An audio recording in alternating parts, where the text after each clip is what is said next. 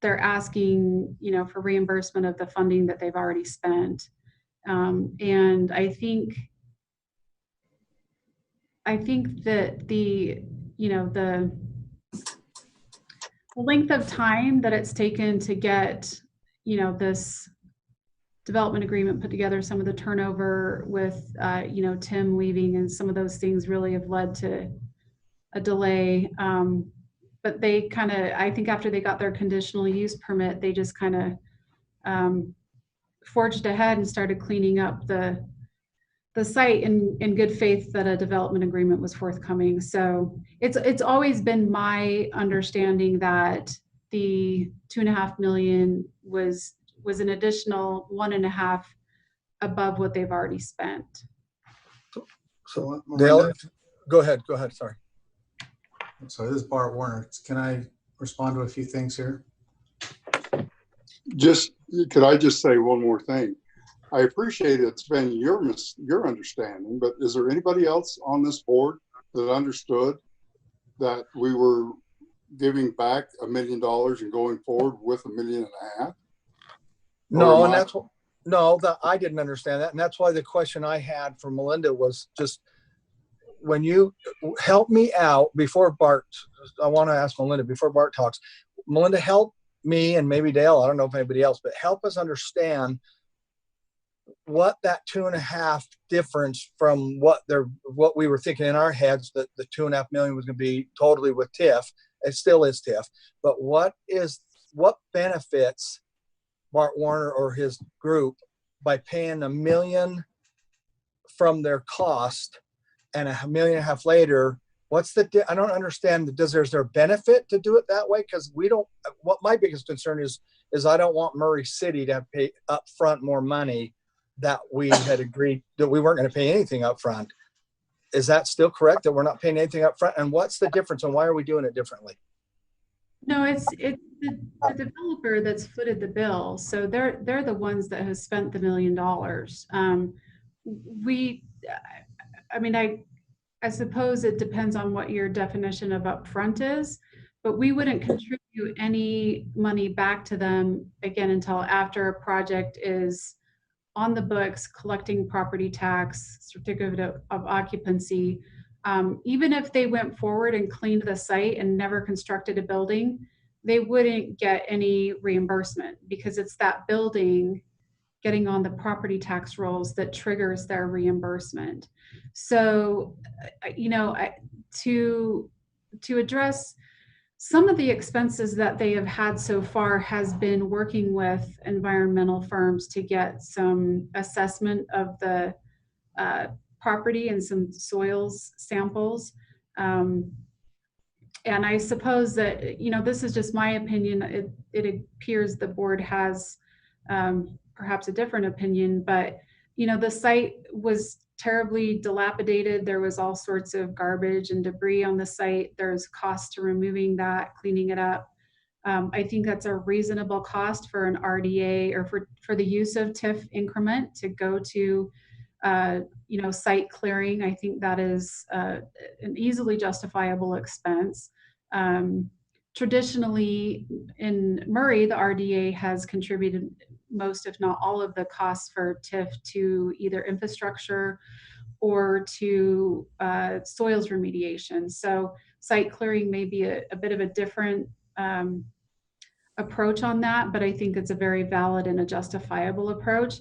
I also want to point out, and I did have this conversation with the ore sampling group on Friday, that if they were to be reimbursed for any of the past expenses, the application of still having good solid documentation and justifiable documentation for any of those expenses would still be there. And so if there was not adequate documentation on some of the expenses, then that's something that we would not be in favor of reimbursing. I hope that answers your question a little more directly.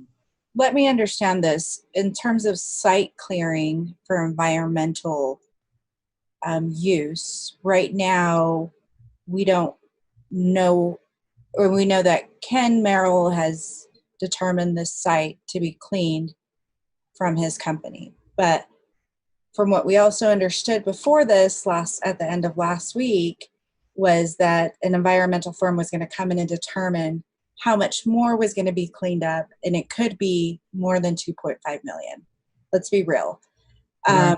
So 100 million, hold on, 100 million of that is determined at with reasonable documentation that we will cover that. But then is that justifiable for the DEQ at the state? Rosalba, you mean $1 million? You said 100 million. Oh, sorry, $1 million. Yes. Okay. Just want to make sure. I just want to make sure. Is that reasonable? I mean, is that going to be justifiable for the DEQ going forward? And looking at what has already been done. I'm just worried that if we say yes, okay, let's give the 2.5 million, and yes, let's do the $1 million, but then later come to discover that there's more site cleanup that has to be made, and looking at an actual environmental company that's going to say it's going to be X amount. So how does that? One, for me, it feels a little fast, and there's so many components that we are obviously missing in this. And how do we reasonably say yes moving forward if we barely got the contract even last night with the changes? So that's where I'm at, and I agree with Councilmember Cox. It's a little unclear. Mr. Chair, can I chime in? Please. So just a comment. What hasn't changed is the fact that we are offering up to a maximum of $2.5 million or 2.5 million in TIF. None of that is going out now. That's all reimbursed, and that hasn't changed. The only thing that's really clarified in this is that previous cleanup that they've already spent becomes eligible towards that 2.5. Now, if it goes to 3 or 3.5, whatever, that doesn't change the cap. And just wanted to make sure that everyone understands that this is not an additional $1 million. It's included in that $1 million, and it's not money that's going to them up front. It's reimbursement for the TIF. So that really hasn't changed overall. It's still our commitment of $2.5 million of TIF. I have a follow-up question, Mayor. Is there any way that they could say, well, we've had 3 million and you need to pay us that much. TIF needs to be increased. And if TIF isn't increased, we'll take you to court. Or, I mean, is there any way that could happen? I guess that's a concern of mine as well. So under this contract, the way it's written, the answer would be no, because we are only agreeing to pay up to the 2.5, and only if it generates that.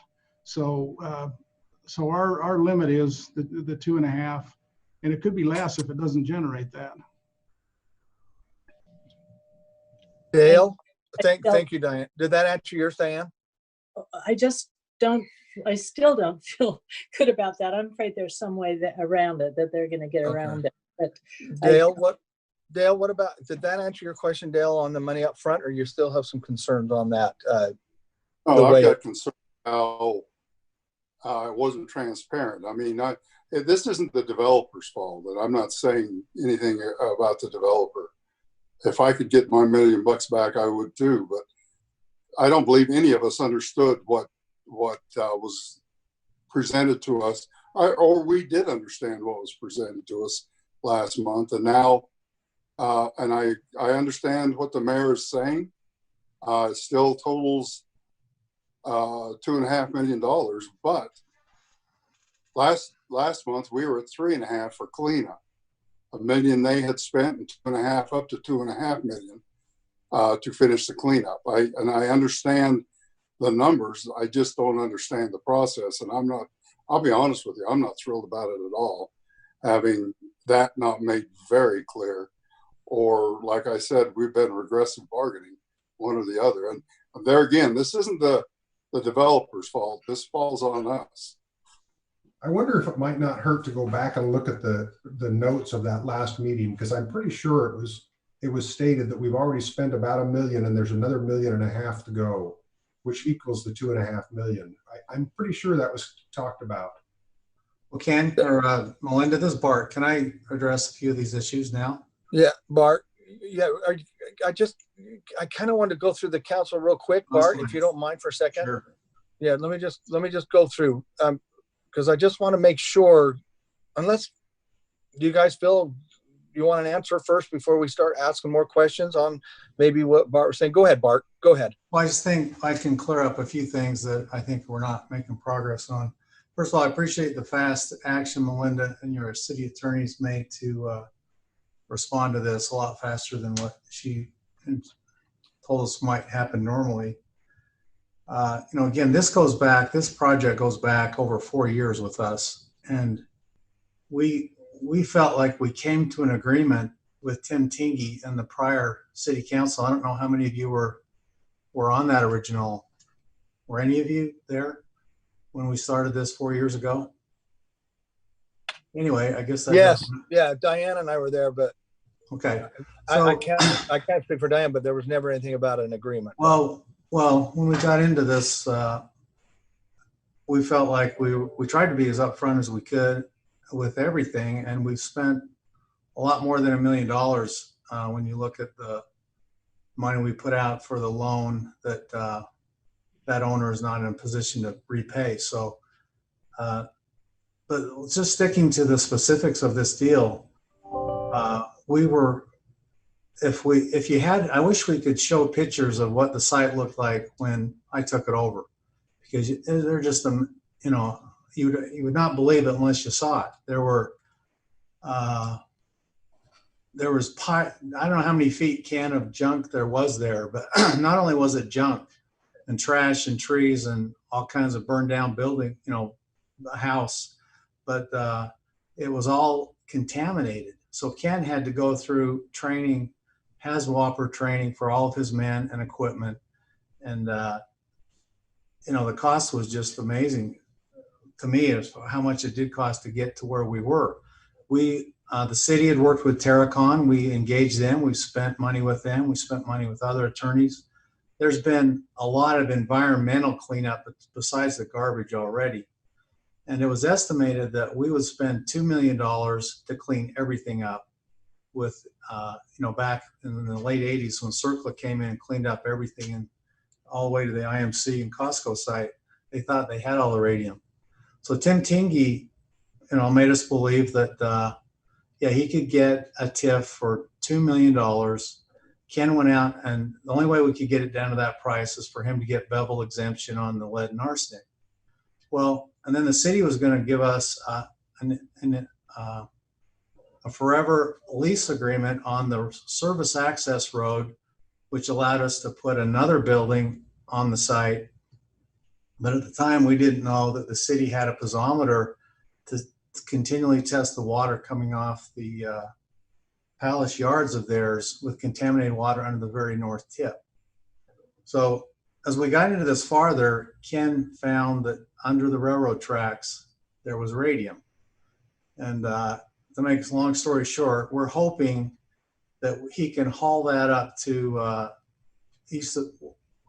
west of Boise for $500,000 to $700,000. I think Ken is your best guess, but we don't know how deep it is. We don't know how much there is. When that happened, the city didn't know they had radium under their service road where the railroad tracks were. And they made a choice, Tim made a choice to not clean that up, which meant we couldn't build a building on it. He couldn't live up to his commitment to give us an indefinite lease on that property. And we hadn't done what we're trying to do now, get a development agreement, which we thought was a formality.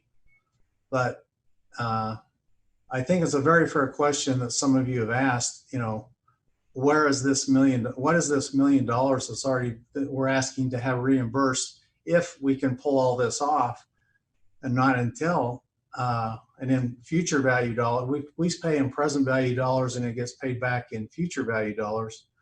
But I think it would be very easy to show documents, the money we've spent, the checks we've written, the pictures of what it was before, the work with the UTA pay a $10,000 a month bond to only take that wood structure down on Sunday. I mean, it was just, Ken is the most efficient contractor I've ever worked with. And I think he protects, not wasting money in general, let alone my money. So, but that's a fair question, but it's hopefully you'll be fair with me, because that money, if I told Melinda, if we can't have a chance to get that money reimbursed economically, because this could, realistically, the total cost, including the $1 million I've already spent just for the cleanup and remediation, will exceed the 2.5. I understand the risk I'm taking.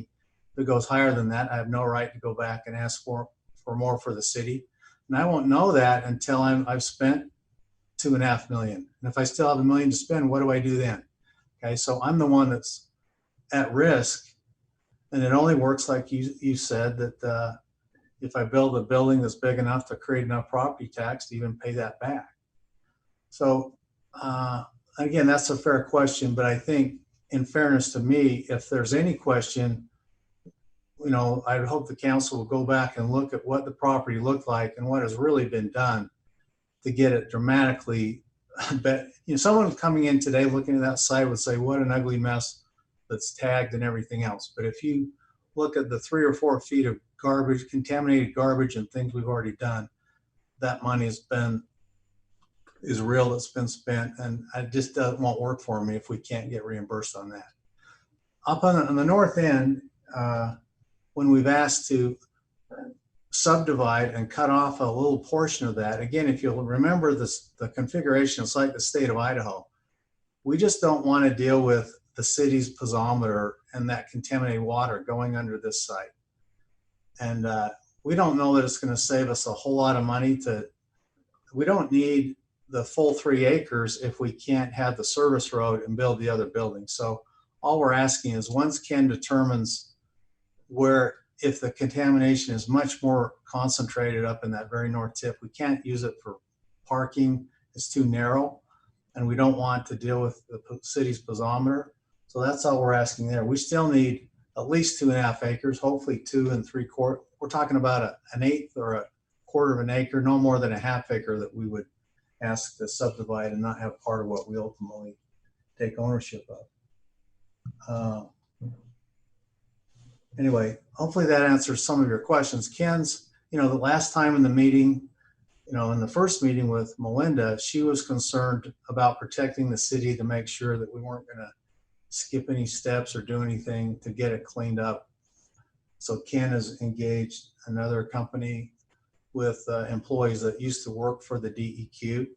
And hopefully, Melinda, you're comfortable that we've contracted, we've started spending money with them. They're going to have oversight on the project. Ken has a lot of risk in doing this, as a contractor. And the other issue, and I appreciate the concern about the 4 to 8%.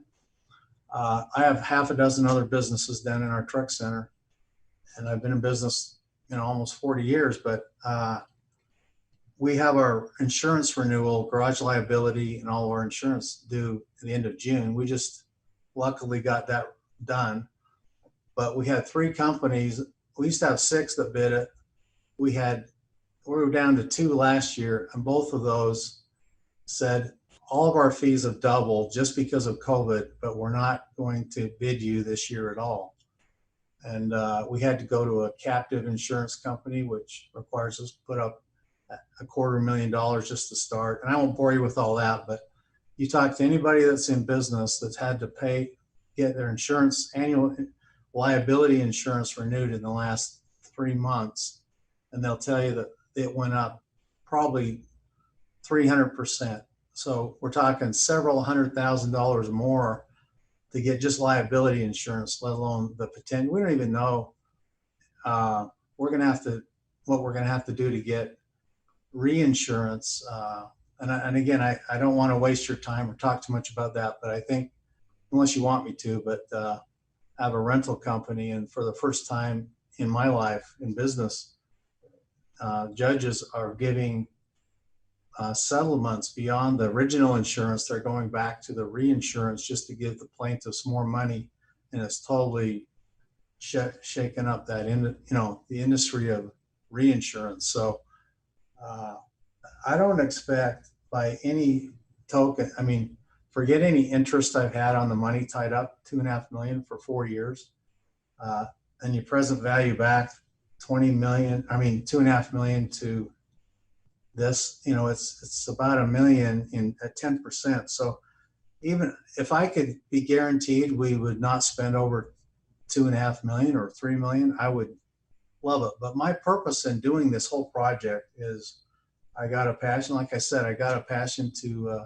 have something that's memorial to Jesse Knight. It's the most amazing story of a businessman that contributes to a community. And, I would love to finish this, but I realize if I were in any of your shoes, you don't want to make decisions that you don't feel good about. But I sense that part of the problem here is that some of you haven't lived through what those of us who started from the beginning have, and understand how difficult this project has been and what's been done to get it to this point. And certainly, I think all of you have some idea that, because you've dealt with other properties that have been contaminated. But this, really, the only reason we came back to go from what I thought was originally 2 million that we spent half of it to 2.5 was because we knew that it was going to take at least $500,000 more to get rid of the radium. And David and certainly Ken, would you agree with that? Or I finally found the pictures that kind of give you an idea of what this place was like before we started. Would you like to share? Like me to share those with you? Can we hold 1 second on that real quick? But we may want to get to that. But real quick, time's kind of running. Kat, you're the only one that hasn't said anything. Do you want to take a minute? Thanks. Yeah. For me, my biggest concern is, it's a lot of money, right? 2.5 million. But if it's all spent on the environmental cleanup piece, I'm not as concerned whether it was already spent on environmental cleanup or will be spent on environmental cleanup. If that's the amount we're going to spend, I'm comfortable with it being previously spent or now, as long as it's very carefully accounted for and that it's a very firm cap of the 2.5. That's for me was my big concern and discomfort previously. And as long as it is a very firm cap, which after reading the agreement it looks to be, I feel very comfortable with it. I agreed with Diane and others that the jump from 4 to 8% is a large jump, and I would feel more comfortable with a 5 or 6% increase in that administrative percentage. And I'd like to know what that percentage means as far as dollars, because I don't have a really good grasp on what that really looks like. Thanks. Okay, Melinda, can you answer that? Yeah, so each percent is $25,000. So at 4%, the administrative cost would have been up to $100,000. At 8%, it would be $200,000. 5 is $125,000. 6 is $150,000 or $150,000. I do want to just say, and one of the things that we added into the development agreement, there, I want to help you understand that there's this distinction between what we're going to say is kind of like the environmental cleanup and then like the site clearing and cleanup. Removing debris that's accumulated on site isn't necessarily an environmental cleanup. But I also want to go back and mention something that Mr. Warner said a minute ago. Part of why remediating sites like this is so expensive is because the state requires you to get what's called HAZWOPER training, and it's hazardous something. Don't know the acronym, but it's a very intensive training, like 40 hours of training that's pretty expensive and intensive, that the employees that are going to be handling these materials need to attend and certify that they've attended this training. So so that also attributes to some of the costs. But I think I just want to differentiate. There's kind of two pots here, because I'm hearing the board members say environmental remediation. I think that's a very specific topic. I think that's, like that's what the approvals through DEQ on the Bevel exemption and hauling that waste away, that's a separate thing from, taking away like 5 feet of garbage and a bunch of old, rusty cars that have been on site. So the 2.5 million then that they are asking for is a combination of both that. So whether it's, cleaning out trees that were on site and, removing garbage and debris, there's that, and then there's the environmental remediation, which really is what kind of lays before them. The site clearing is what it's kind of the low-hanging fruit that they've already done, and the environmental remediation is what's to come. There was a lot of environmental cleanup already involved too. So, Right. for instance, the basement of this building had 35 feet of water in it. Now, we didn't know what was in that water. So as we pumped that water out, we had to evaporate it and make sure that nothing contaminated any place with that water as it came out. So we built evaporation ponds and pumped all the water out. And then we cleaned up debris that has been thrown into this basement. We're talking about semi-loads, 5, 6, 10 semi-loads, and these aren't small loads, of debris that had been thrown in the basement. We had to clean out the oil that had been, the barrels that the kids had dumped into this water. We had to make sure that this water did not contaminate anything. We found 40 or 50 barrels of unknown chemicals on the site. We found it was steady, constant cleanup through the process. So a lot of it was environmental cleanup that we already did, but not the stuff that requires DEQ approval. Well, the problem is everything was contaminated as far as the DEQ. So you had to treat everything, whether it was a tree or a barrel of chemicals, as if it were contaminated. Right. Okay. Can I also please make another thing that I think will actually give the agency a little bit of additional comfort as well. Just also to kind of reaffirm as the TIF consultant here, yeah, I believe that the agreement for the last 4 years we've tried to strike has always been post-performance, long-term rebate of tax increment, not immediate reimbursement of $1 million. And so I believe that we've been consistent in that. But once again, an appropriate use of tax increment financing is to remove the development impediments that encumber a site.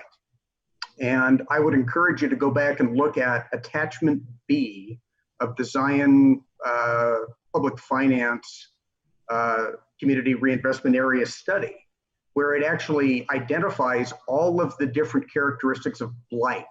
And it does it on individual parcels within this ore sampling CRA domain. And if you look at that, it's page 21 of the study. This site actually has 7 out of 7 blight characteristics identified. You can't add any more blight characteristics because it's got every single one of them. So in my opinion, I think this is the perfect example of TIF to be used here. Exactly. That bright red, 7 out of 7. And so it is dramatically more than the other domains that are within this area. Some of those we have moved forward to try to address, as Bart and Ken have just addressed. But the plan has been, we wanted to kind of spruce it up in the short run as a show of goodwill with Murray City to make it look better. And maybe you wouldn't have as many phone calls from people saying, what is that thing right on the front porch of your city as we get off on 53rd. But I just wanted to provide the board members some additional comfort that 7 out of 7 blight characteristics based on state law are on this site.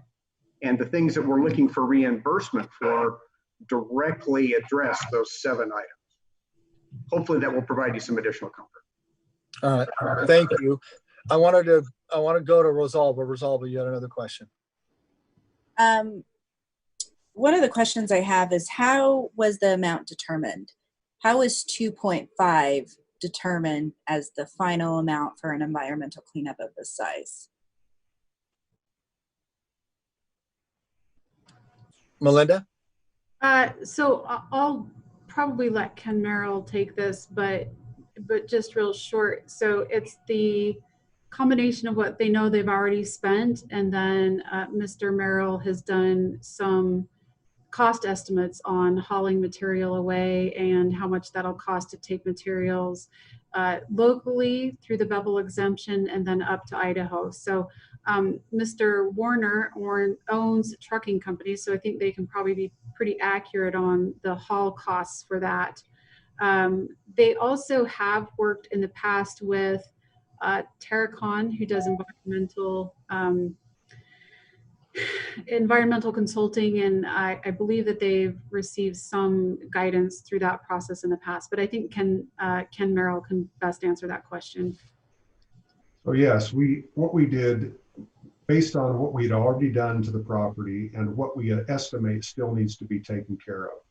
And we recognize that we don't know exactly how much fill is on there. So I've taken my very best guess on how much radium is on the property based on about 150 test holes around the property. And those test holes being sampled in many different ways. There are dozens of ways to test. One is test for radiation with a meter. One is to send the material off to a site to have true analysis of that material, and then also have the material tested by a local company that can tell us what the contaminants are.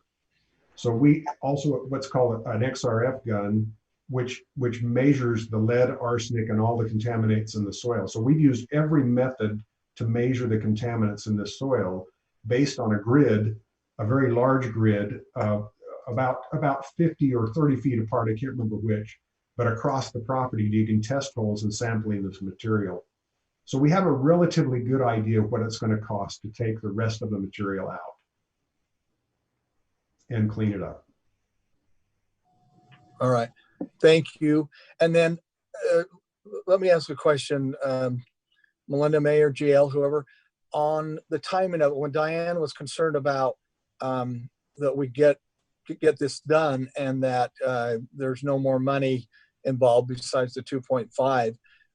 Is there a time limit on this as far as with the agreement that this has to get going and we have to be at a certain point, or help me out on that? Yes, the project has to be completed within 5 years. Okay. According to this agreement. Perfect. Thank you, Mayor. Okay. And so we're not spending any more, because I'll be honest, when I looked at it yesterday and it came in, and today, I was looking at it and I thought, oh goodness, we have to put $1 million out up front. I realized that's not the case. So there's nothing different from, even though we may have misunderstood what was going on, there's nothing different from last time, the dollar amount. That's besides the 4%, 6%, 8%, whatever we're going to have doing there, administration. But as far as the TIF, it all comes through the TIF. There's nothing up front. That all will be determined with the proof of the amount they've spent and what they will spend. Yeah, Chair Hells, that is correct. I do want to clarify though that whether it's 4% or 8%, that comes out of the $2.5 million. So you mean, Sam, I was going to ask you that. So if it were, say, if we said, okay, 8%, that all comes out of that. That's no more out of that $2.5 million. Correct. It's still capped at 2.5 million. So then tell me this is me, not anybody else. Tell me why would you want to say, well, let's do 4 or 8% instead of the 4% if that comes out of the total amount? So I think realistically, the only way that could really benefit, is that if the off chance that they spend only 2.3 million on this and they'd get that. Yeah.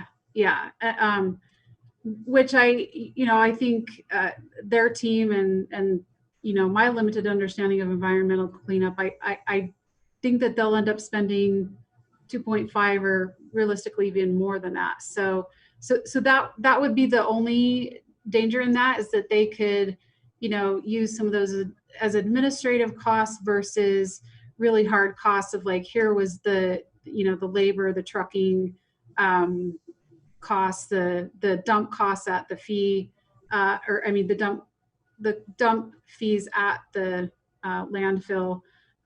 Like those are all costs that would be coded not to administrative. But at the end, it's all 2.5 million, regardless of whatever percentage would be approved for the administrative costs. It's capped at 2.5. They don't get reimbursed until post-performance, meaning project is built, it's on the property taxes or the property tax rolls, and the county is collecting that property tax. Do they get that $1 million because it's reimbursement? Now, this is just a question that I'm asking. Do they get that $1 million a little earlier for any reason, or it not one bit earlier than what they would get the regular TIF? No, the agreement states that all of the reimbursement will be post-performance. So after that building's complete and in generating property tax. Over that time, 10, 20, whatever the time frame is. Okay. Now, sorry, really quick. Yeah, please. There's also nothing in the agreement that says they can't come back and ask for more money. Is that correct? Because they can. I mean, that's my understanding, and it's open for interpretation. And but they can come back at any point and say, you know what, guys, we need another $1 million, and not 8, not 6. Let's negotiate and amend this portion of it. Is that correct? Yeah, I think that's always a possibility. And of course, you know, at that point, I think staff would look at the situation, the circumstance, and work with the attorneys and the executive director, and, you know, and bring a recommendation to the board.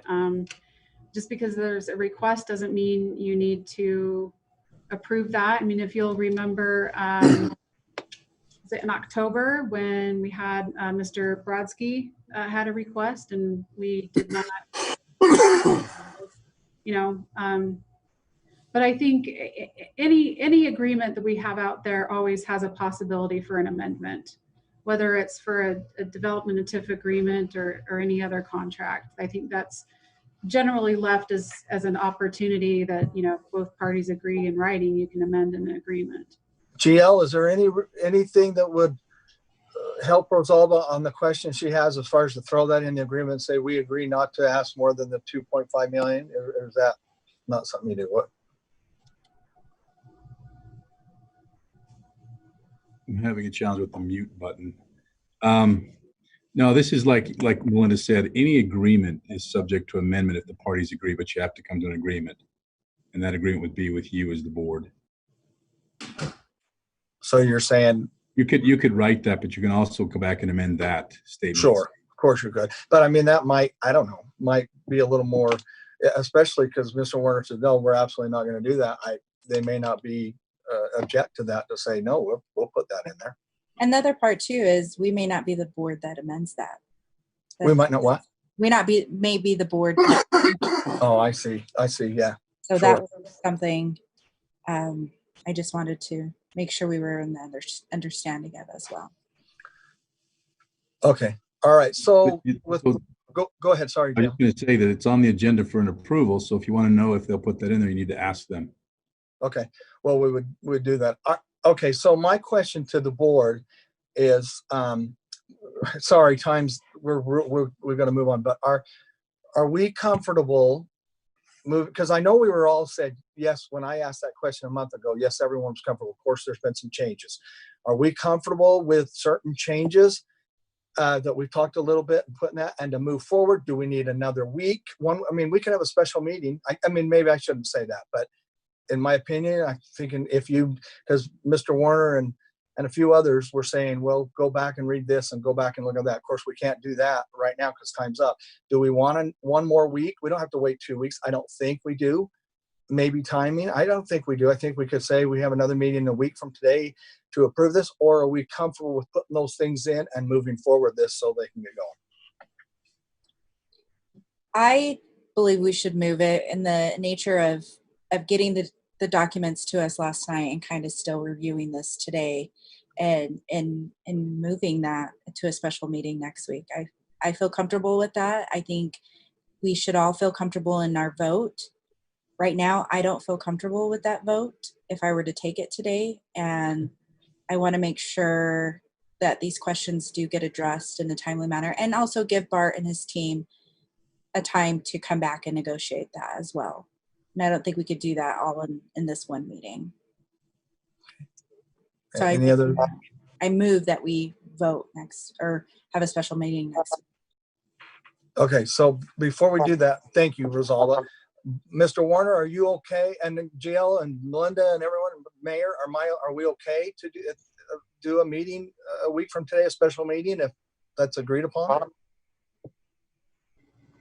This is Bart. I'm okay. Again, we're just running up against the timeline of there's so much regulation and testing and things we have to do to get this thing done this year with contractors the way they are. Sure. We were just saying, if like this was drug out for 6 months, it would have been impossible for me to proceed forward. Sure. I can certainly give you another week to okay, make the decision. Mayor, okay, is that okay? And if we move that to next week, have a special RDA?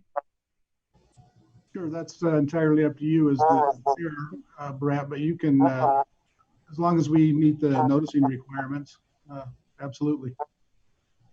Okay, if it's okay, I'm gonna accept Rosalba's motion to move this to next Tuesday at, let's see, what time can we, yeah, go ahead. Brett, can I intercept? I'm gonna be gone next week until Friday. Is there any way we could do it on Friday? That's the 24th of July. Is that? Oh, I think that's a holiday. No, Dale, could you call in at all, or you're going to be away to where you couldn't? Yeah, I'm going to be in the hills. I don't know if I'll have reception. What about Monday? Brett, that's not the 24th of July. That 24th of July is this week. Yeah. Oh, hey, I'm trying to get ahead of myself, aren't I? Thank you. Hey, Dale, I had you convinced, didn't I? You did. Okay, the next, so let me just look at my calendar real quick. Sorry. So that would be the next Friday would be the 31st. I can do that. I'd okay, now wait a minute. So that would be this Friday. This 24th, 27th, 28th. You say you're gone the 28th. Okay, so the 31st. Are there any objections from Mr. Warner first to go to the 31st? I'll make that work. Okay. All right. Let's do that. I have a motion to move that, or go ahead, Rosalba, and motion that date, if you will. All right. I motion that we have a special RDA meeting to discuss the ore sampling mill project for July 31st. Time to be determined. Yes. Okay. I need a second on that. I'll second. Jennifer? Ms. Martinez? Aye. Mr. Cox? Aye. Ms. Dominguez? Aye. Ms. Turner? Aye. Mr. Helms? Aye. All right, we'll get that wrapped up and follow through on that. I can see some hesitations. You need a second on the motion. Did I not ask for a second on the motion? Yeah, I seconded it. Yeah, I asked for that. And then we got Rosalba, the motion that Dale seconded. Is that correct? Am I doing that correct? Did I do that correct? Okay. All right. Thank you. Okay. Time is up. Thanks, Mr. Warner and everyone. Mr. Baird, just so you know that we'll do that by this Friday. And sorry, I think it was the concern of everyone's that they didn't have enough time to go. Not everyone, but some of us, the concern that they didn't have enough time. So we'll do that on Friday, a week from Friday. And then Melinda will real quick have you do that, or Jay. Okay. Jay, I'll share the screen for you. Okay.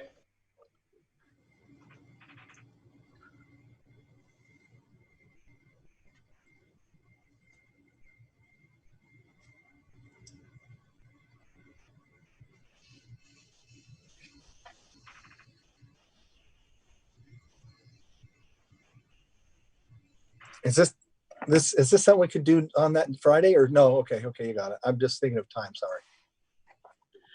Well, so The smelter site overlay district is a Superfund site that the city has management and reporting oversight for. And it's in Murray City Code Chapter 17.25. And as you can see on the map there, it basically encompasses the IMC complex, Costco, and the UTA Park and Ride, all the way up to the police training center. As we've been talking about with your sampling site, legacy of the of Murray's history as a heavy industry site is that there are high amounts of lead and arsenic here, and as such, it's important that we, for public safety and health, that we keep the site clean, and that there is no access by the public to the contaminants that are in the soil. Basically, there's been a cap placed over it, and we need to make sure that that is being maintained. And so that requires regular inspection and maintenance of those contaminant barriers. And so as a city, we have an annual report that we send to the Utah Department of Environmental Quality and the federal Department of EPA, Environmental Protection Agency. And so we sent that to them in March, and that was in May. So what we have is the agencies that are the main stakeholders there: Costco, Intermountain Healthcare, Utah Transit Authority, and Murray City. Those three, IHC, Costco, and UTA, send reports of their annual work that they do on the site and their monitoring report to us, and we compile that and send that to the two agencies, the state and federal agencies. And we also report on the work done in the year that may have impacted that. So if there's any sort of construction on site, we report that. And so next slide, please. So what we have is we've had a number of projects that occurred there last year. Lighting on the IMC walking path, IMC parking lot access gates, the IMC sanitary sewer relocation, Costco freezer upgrade, UTA underground fiber optic install, and then we had our city storm drain monitoring and concrete and asphalt sealing. And so those various projects, we received reports from the companies that did those reports, and we ensure that those are done satisfactorily, and then we report those results. And that's what's contained in the report that we send to the EPA and DEQ. Hope I did that quick enough. I pared that down from an 1.5-hour presentation. So are there any questions about the SSOD and the permitting process and the report that we provide? That's impressive for you to cut that from an 1.5 hours to 5 minutes. Thank you. All right. Any questions for Jay on that? Nope. Okay. Nope. Thank you, Jay. My pleasure. Melinda, can we do the updates on that Friday, or is that okay? I caught you. Yes. Yeah. Okay. All right. Thank you. Okay. So we're good with that. Mayor, anything else? No. Okay. All right. Thank you, everyone. And we will, for the RDA meeting, we'll see you on the 31st. And this meeting is adjourned. Turn it over to Rosalba. All right, give me a second here while I set up. I get my paperwork. Jan, I just made you the host.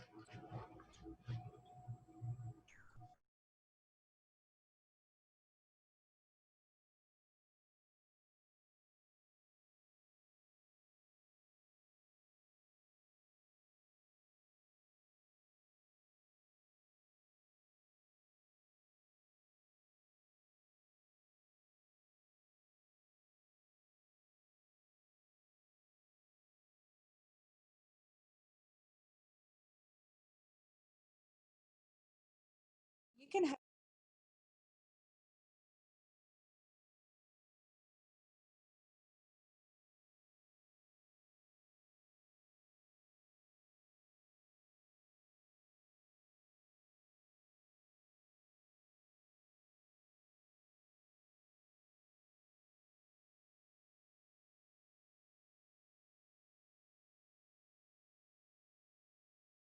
Anybody need a minute?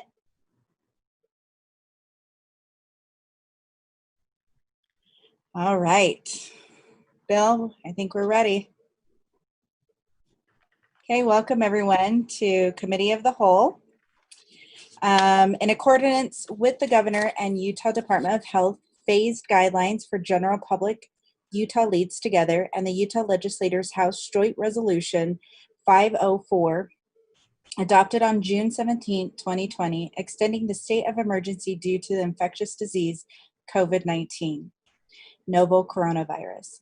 I have determined that to protect the health and welfare of Murray citizens, an in-person council meeting, including attendance by the public and the city council, is not practical or prudent. The Center of Disease Control states that COVID-19 is easily spread from person to person between people who are in close contact with one another. The spread is through respiratory droplets when an infected person coughs, sneezes, or talks, and may be spread by people who are non-symptomatic. Considering the continued rise of COVID-19 case counts in Utah, meeting in an anchor location presents substantial risk to the health and safety of those in attendance because of physical distancing measures may be difficult to maintain in the Murray City Council chambers. It is my intent to safeguard the lives of Murray residents, business owners, employees, and elected officials by meeting remotely through electronic means. The public may view the meeting via the live stream at www.murraycitylive.com or on our Facebook page at Murray City, Utah. No physical meeting location will be available at this time. If you would like to submit comments for citizen comments at the time of our public hearing, you may do so by sending an email in advance during the meeting to city.council@murray.utah.gov. Again, that's city.council@murray.utah.gov. Comments are limited to less than 3 minutes. Include your name and contact information, and they will be read into the record. Thank you so much. Thank you everybody for being here. I am going to go ahead and move into this meeting. It's a pretty long meeting. We are going to start with discussions and for reports of interlocal boards and commissions. And I welcome Mayor Kemp to start us off to go over Utah Telecommunications Open Infrastructure Agency, Utopia. Go ahead, Mayor. Okay, thank you. I'm going to give you a fairly brief Utopia update, and then I'll have Brenda roll into the UIA because they really go together. But at the last board meeting in June, the board approved the Utopia budget for the upcoming year.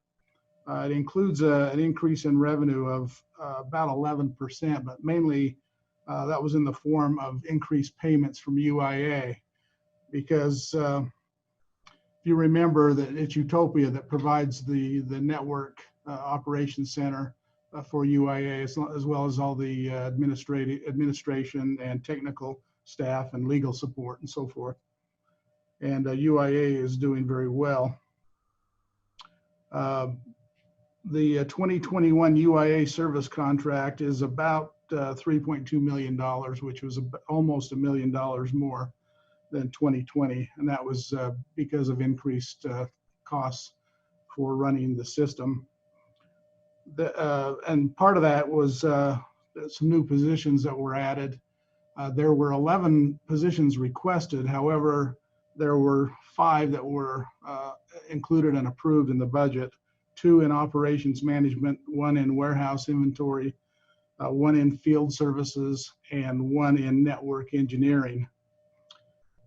There was also a request for a 3% across the board increase for employee compensation, but the board voted to postpone that increase because of all of the cities were unable to give increases.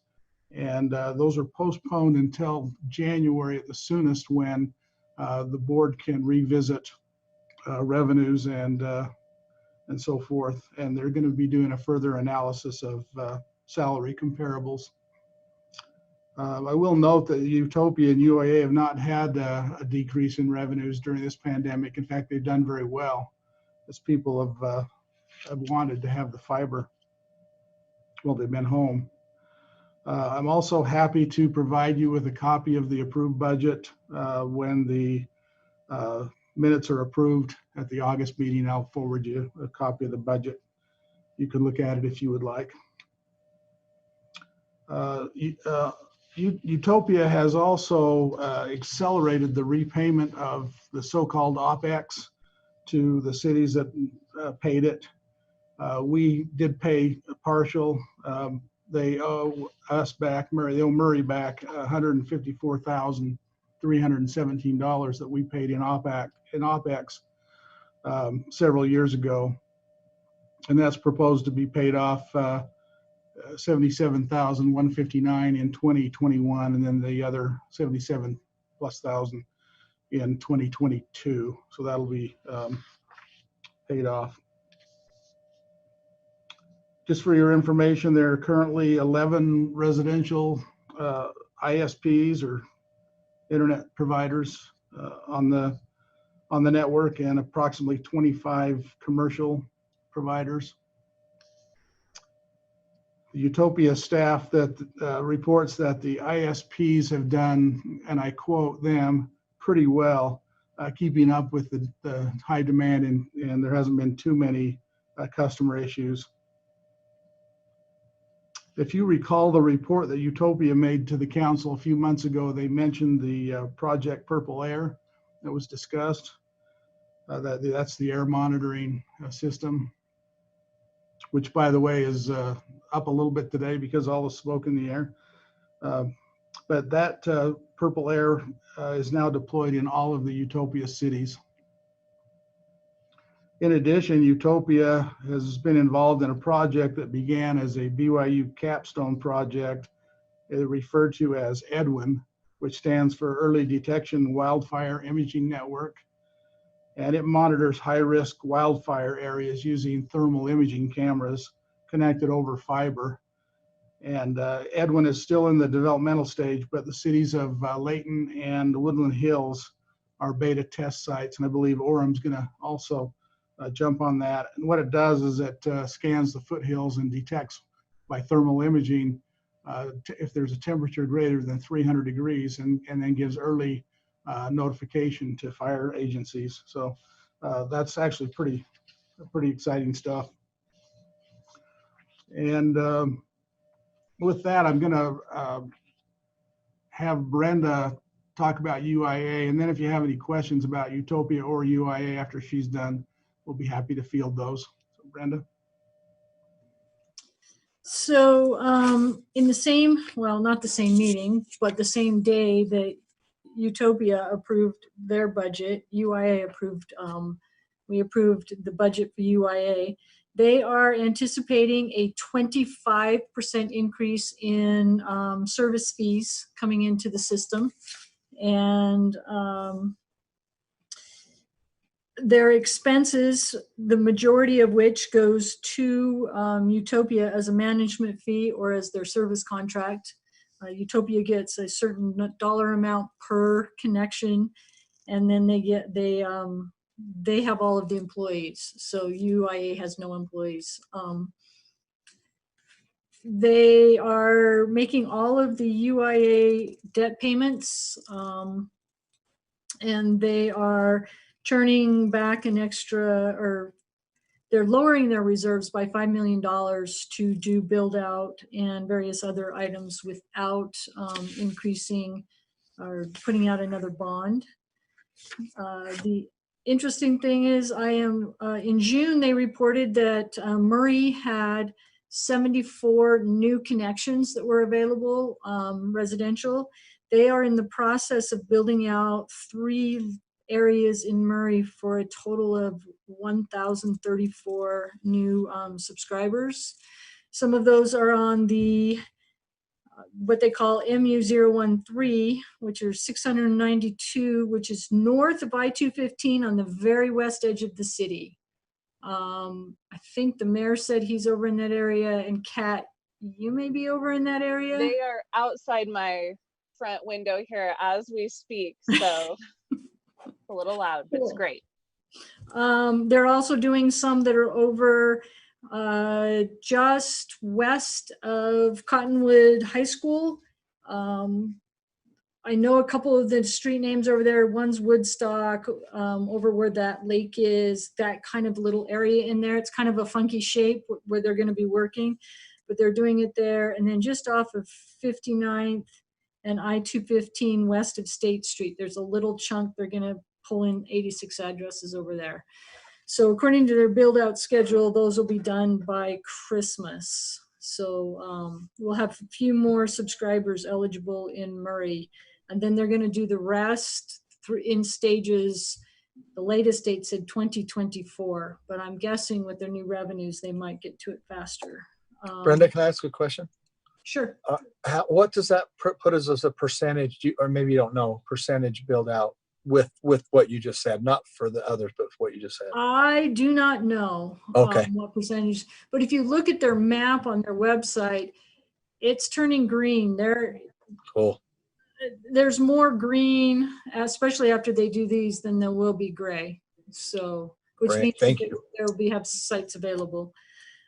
They have hit the 30,000 subscriber mark, and they were, for a few months when we first started the quarantine and stuff, they were having like a 50% increase in the number of monthly signups that they were getting. Brenda, is that in total or is that just in Murray? 30,000 is in total. That's what I thought. Okay, thanks. Yeah, they're probably at 31,000 now. It's been a month since they put out that number, so and I think that's about it for Utopia and UIA. They are succeeding because right now, because the are increasing and everybody wants their internet and they want it fast, and fiber is the fastest out there, and their price is very reasonable. So I like it. So that's it. That's all I got. Any questions? No? All right. Thank you, Brenda. We appreciate it. Thank you, Mayor. All right. I have the next topic of Association of Municipal Councils. So let me give you my update on that. In January, we went over the homeless count, the homeless point and count. And with that, Kat and I actually went into the field here in Murray and walked at 4 a.m. and that was pretty exciting. That was, if you guys don't have an opportunity, or if you have an opportunity to do that in the future, you should. It's pretty interesting. The information that the director of HUD came in and presented was pretty fascinating on how many homeless people we have in terms of the city and what they look for and how that's determined was pretty fascinating. And also going to the center itself and getting training was I mean, it was an experience in itself. We also, so each meeting they have a different topic. The second topic in January was refugees in Utah, and going over of the, let's see, their Refugee Service Office of the Department of Workforce Services handle education and integration coordinated services to provide support for up to 2 years in areas such as English, literacy, job training, and housing. We have approximately 6,500 refugees call Utah home, with the largest communities recently resettled from Somalia, Sudan, South Sudan, Congo, and Iraq. We also were given a presentation and we wanted more information about the refugee center that is right outside of our Murray boundaries in South Salt Lake, and we also, I think I was more curious on how many we had in Murray since it's right at our boundaries, but again, the refugee center is right outside of our boundaries between South Salt Lake and Murray. In February, we had a presentation over Robert Rules of Order. We heard all the details on the basics of main motions, amending a motion, voting order on multiple motions, and tips for presiding officers, which is pretty exciting. let's see, we went over moderate income housing, SB 34, which was passed in 2019 and requires municipalities and counties to address affordable housing, land use, and transportation collectively. Cities are required to have a moderate income housing plan and housing availability for occupancy by households with less than 80% of the area median income. There's a list of 23 strategies, and each city must use 3 of these strategies. Home prices and rents are increasing in Salt Lake County. In 2019, there were over 24,000 new homes and over 28,000 new housing units in Salt Lake County. Recent reports indicated that this could be reversing with the new construction down during the crisis of this year. In March, we discussed, discussion was related to water issues and who we were bringing on for guest speakers, and was also included a professor from the University of Utah and scientists from Western Water Assessment. We were out of town for the second meeting because we were in DC, and then there was no meeting in April, May, and they came back in June to review SB 52, which related to secondary water metering. Senator Jake Anderg presented, and he stressed that this was required for only new construction after April 1st of 2020. Existing metering did not require retrofitting. The cost of new construction was expected to be around $230 per meter. Let's see, in July, they went back and went over SB 34, but then in July, Jenny Wilson kind of gave a brief update of COVID-19 and where we're at in terms of numbers, and that masks are actually working in Salt Lake County compared to the other parts of the state. So that was her update. Let's see, now moving forward, any questions about any of that? I just want to make a statement that I thought it was cool because I'd heard the same thing that a few weeks ago, that the housing market here had gone up, and gone up, and California had gone down. And I thought, I wonder where those Californians are moving to. To good old Utah. All right, perfect. Now ULCT Legislative Policy Committee, committee. ULCT has been very active in a lot of the COVID information and what's going on. Let's see, here's my brief update on all of this. In June, there was a special sessions and bills were passed. So HB 5002, Open and Public Meetings Act Amendment. HB 5007, Peace Officers Amendment. SB 5006, Public Safety Worker Protection Amendments, and SB 5004, Municipal Annexation Amendments, and HJR 504, extending the state of emergency due to the COVID-19 to August 20th, 2020. There was prioritization of interim issues. So Tier 1 of CARES Act funding, water conservation, public infrastructure, HB 347, Local Government Building Regulation. This bill applies to a construction applicant whose building inspection has taken longer than the required time frame. The applicant may opt out of the inspection, applies only to non-residential projects. ULCT has been opposed to the bill, and the substitute allowed for a study during interim with a report back to October, or back by October, I should say. We also went over community trust and public safety. There's also Tier 2 and Tier 3 issues, and one of the issues for Tier 3 is one for SCR 6, Concurrent Resolution for Study of Local Options Sales Tax Act. This resolution requests that the Utah Association of Counties and the ULCT provide the legislator with information regarding the impact of e-commerce and the point of sale associated with the various local option sales and use sales tax rates, and possible change to the distribution formulas. Requests that the UAC and ULCT work with transit director or districts to research and make recommendations regarding the impact of changing point of sale due to the nature of internet sales and changes in the traditional delivery location. The sponsor is Senator Bramble. He is not advocating for any changes, but wants local governments to understand how the changing economy impacts sales tax revenues. Anticipated working groups are public infrastructure districts, public safety, water conservation, gravel pits, metro townships, transportation utilities fees, land use task force, and annexation. Our next meeting is for August 17th, 2020. Any questions on that? All right. Okay. Sorry for rushing this forward, but we are packed today. We're going to move forward to Wasatch Front Waste with Diane Turner. Go ahead, Diane. Thank you.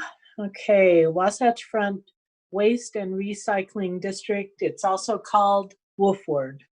And Wolford services residents above 9th East in Murray.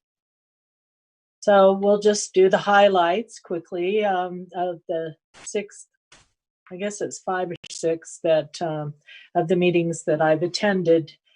The preliminary 2019 fourth quarter year-end financial results were reviewed. The revenues are up by $209,000 due to growth in the southwest part of the county. Personnel expenses were up by $137,000 with 84 full-time employees, and overtime and benefits accounted for the increase in costs. Other post-employment benefits decreased. Shared premium for 21 retirees. This benefit has been discontinued for current employees not retired and new hires. Operational expenses increased $632,000 in 2019. Most significant increase related to recycling disposal fees. The current cost is $63 to $64 per ton of recycling. Contamination of the recycling stream is a problem. However, the price is dependent on the commodities market and pricing of individual commodities. Pam, our executive director, has said the biggest contaminants are plastic bags, food, and water. There was discussion on how often recycling should be collected. Pam noted that the recent survey showed 70% put out their recycling bin weekly and are willing to pay continued weekly service. Okay, fuel expense, so that's 70%, so most of our citizens as well. Fuel expense decreased by $64,000 due to the price per gallon and efficiencies in reorganizing logistics. Side load trucks get 2 miles a gallon. Maintenance is up due to aging trailers and area cleanup containers.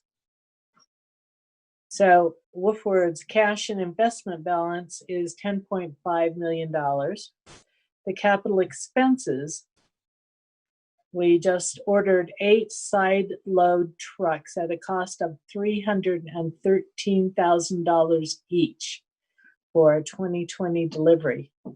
In 2019, Wolford sold 4 trucks at auction for $85,000 each.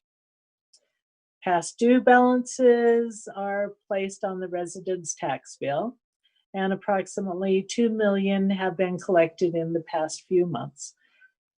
The last fee increase was in 2018, and the next recommended increase is 2021. Recycling. These discussions on recycling took place every month, and Pam reported that survey results indicated 80% of residents support recycling. Approximately $200,000 is spent in outreach and education efforts for recycling.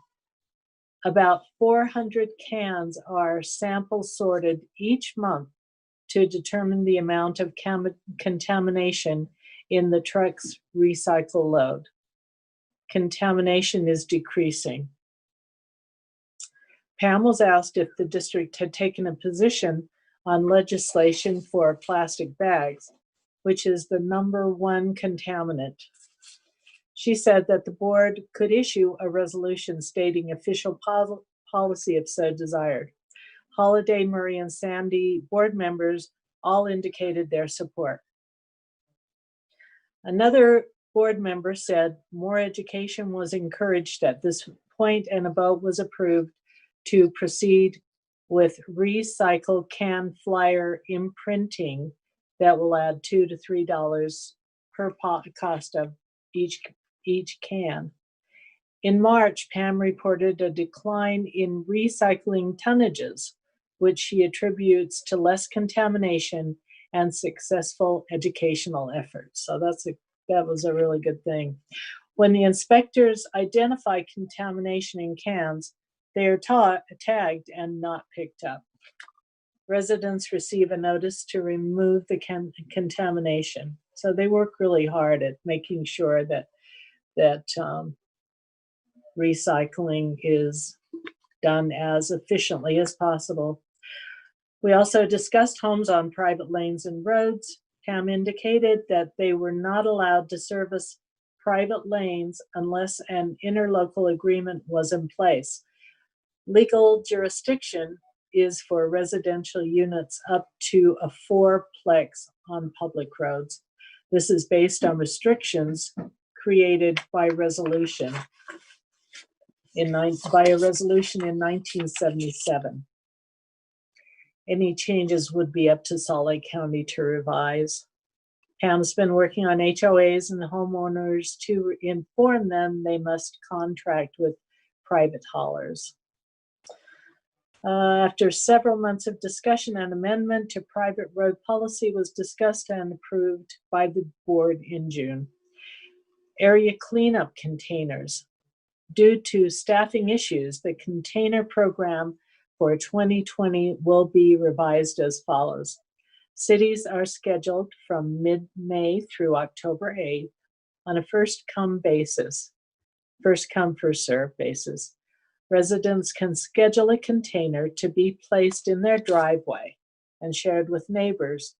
This is a 24-hour reservation during the scheduled time of the area.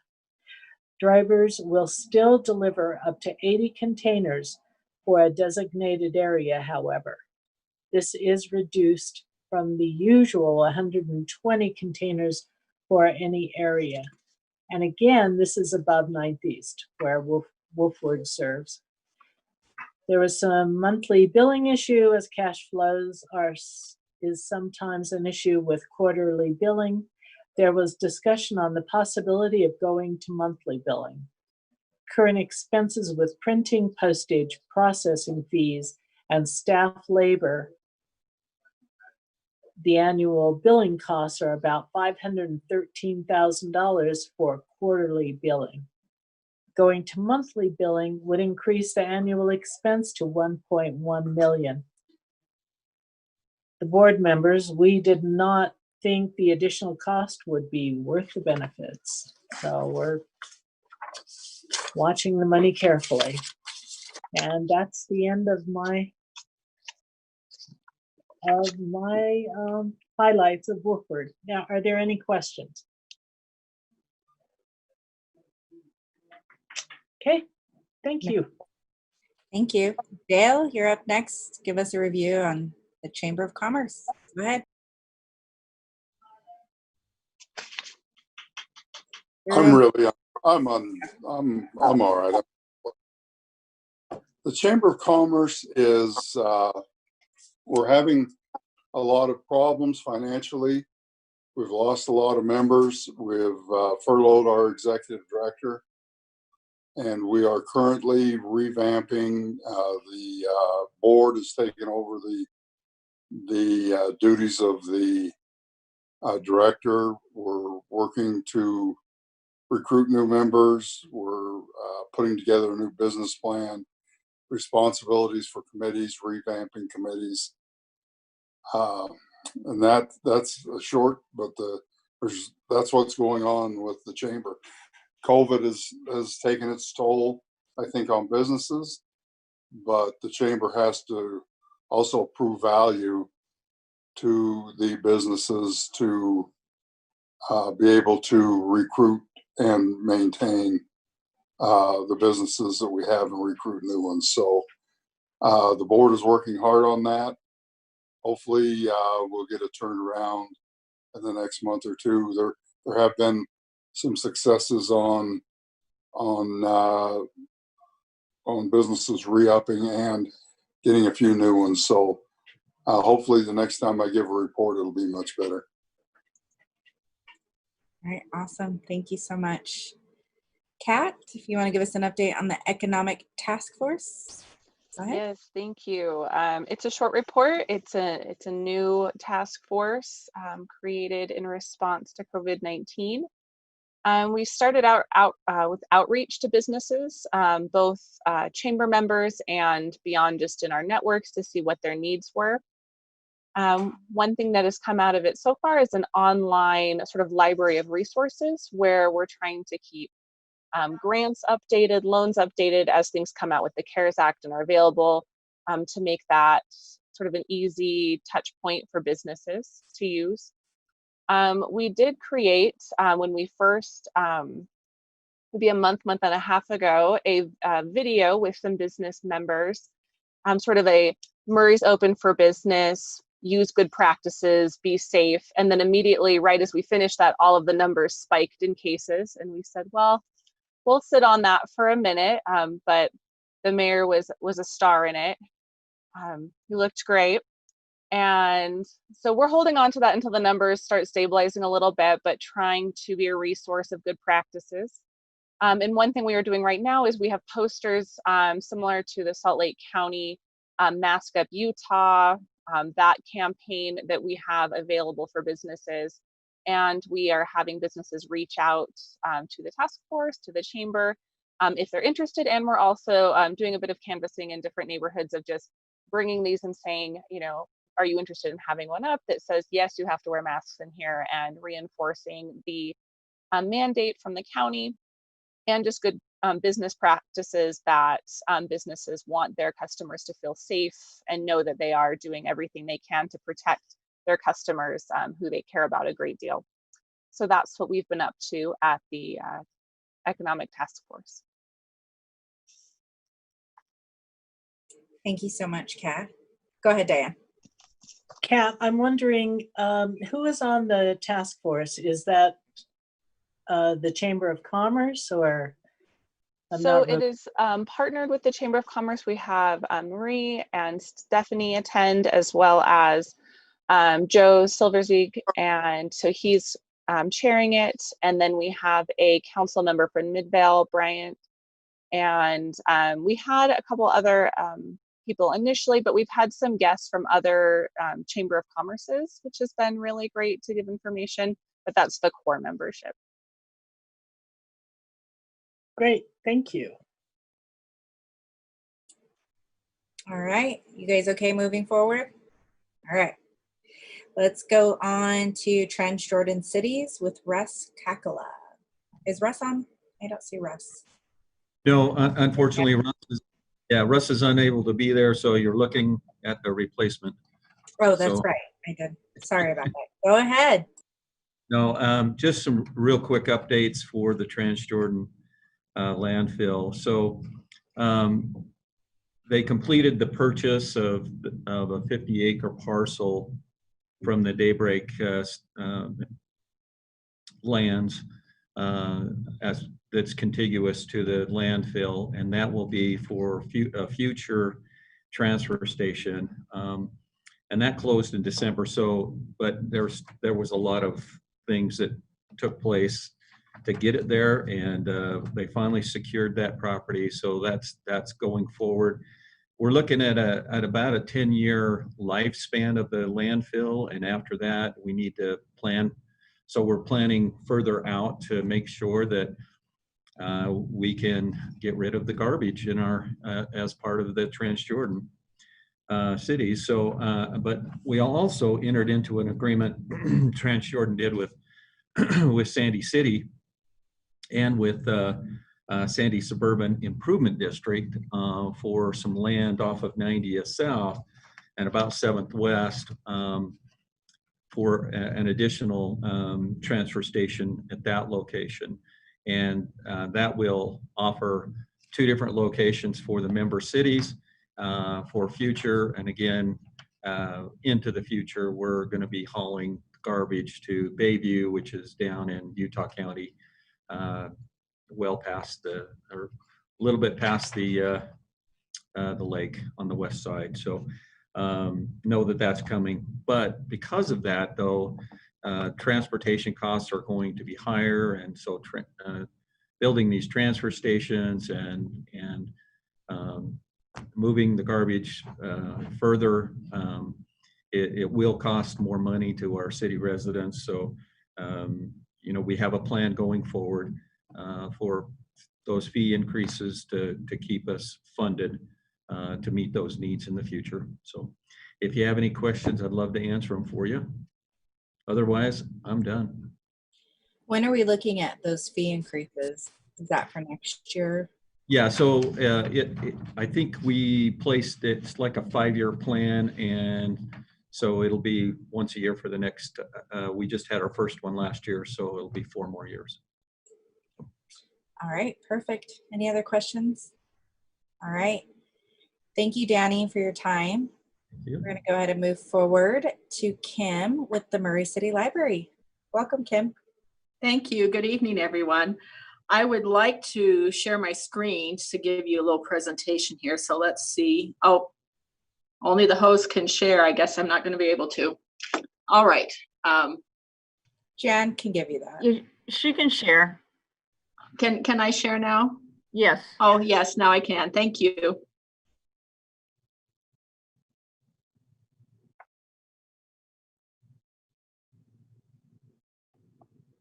All right, let me get to the right place here. All right. Can everyone see me? See this? Yes. Okay. All right. So I just wanted to talk to you a little bit about what's going on at the library as far as our service plan goes, and talk to you a little bit about what service we're able to give and what we're not, given our current situation. So I just wanted to talk to you a little bit about who we strive to be. And so this is our vision. Our vision statement is to open new worlds, which we attempt to do in a variety of ways with all of the access that we give to folks here at the library. Our mission is to be your friendly hometown library, and we strive to be friendly and welcoming to everyone that comes to us. Let's see here. That's not good. All right, going on. All right, here we go. And then our values are: we are helpful, welcoming, inclusive, engaging, and innovative. So that's just kind of the framework that we work from to try to give service to those that come to our library. And so we have patron personas that we keep in mind as we try to give service. And I just wanted to kind of give you some of these personas and what we are currently doing for them. These are the folks that we are actually able to give the kind of service that they need, not necessarily as we have done it in the past, and not maybe in an ideal way, but these are things that we are able to do. And so Penelope is a mother of young children who needs early literacy programming. And so we are offering a daily Facebook story time. We are checking out early literacy materials, and we are also offering our summer learning challenge to this age group for these young children, and trying to help them prepare for school and to have those early literacy skills. So this is how we're helping with this particular service need.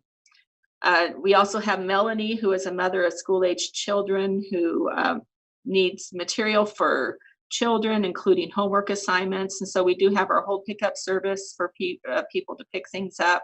We have many e-resources, and then we also have our summer learning challenge that we're using for this group as well. We are able to help Bethany, who is a lifelong reader who needs reading, listening, and watching material.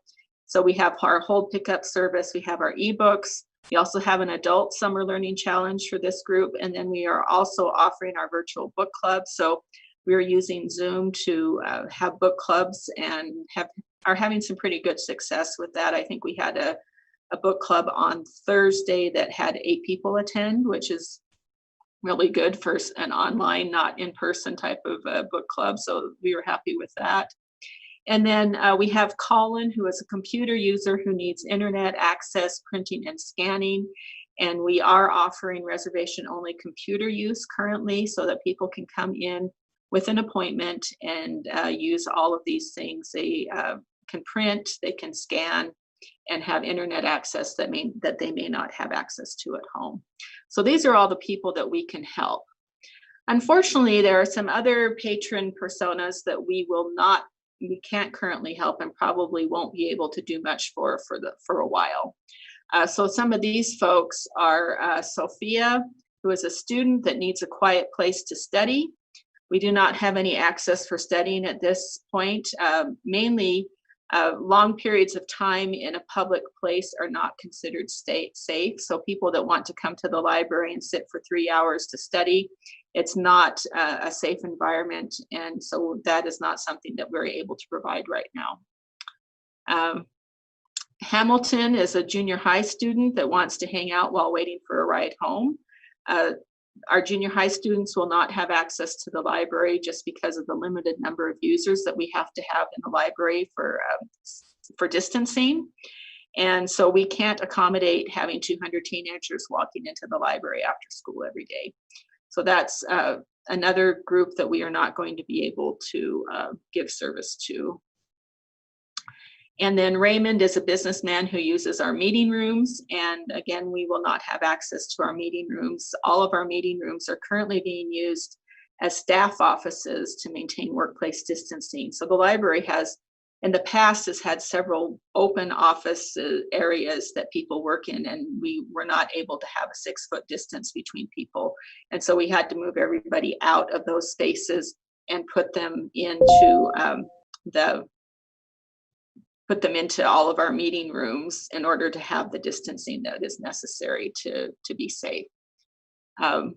So a little quote here from Theodore Roosevelt: do what you can with what you have where you are. And so that's what we're attempting to do.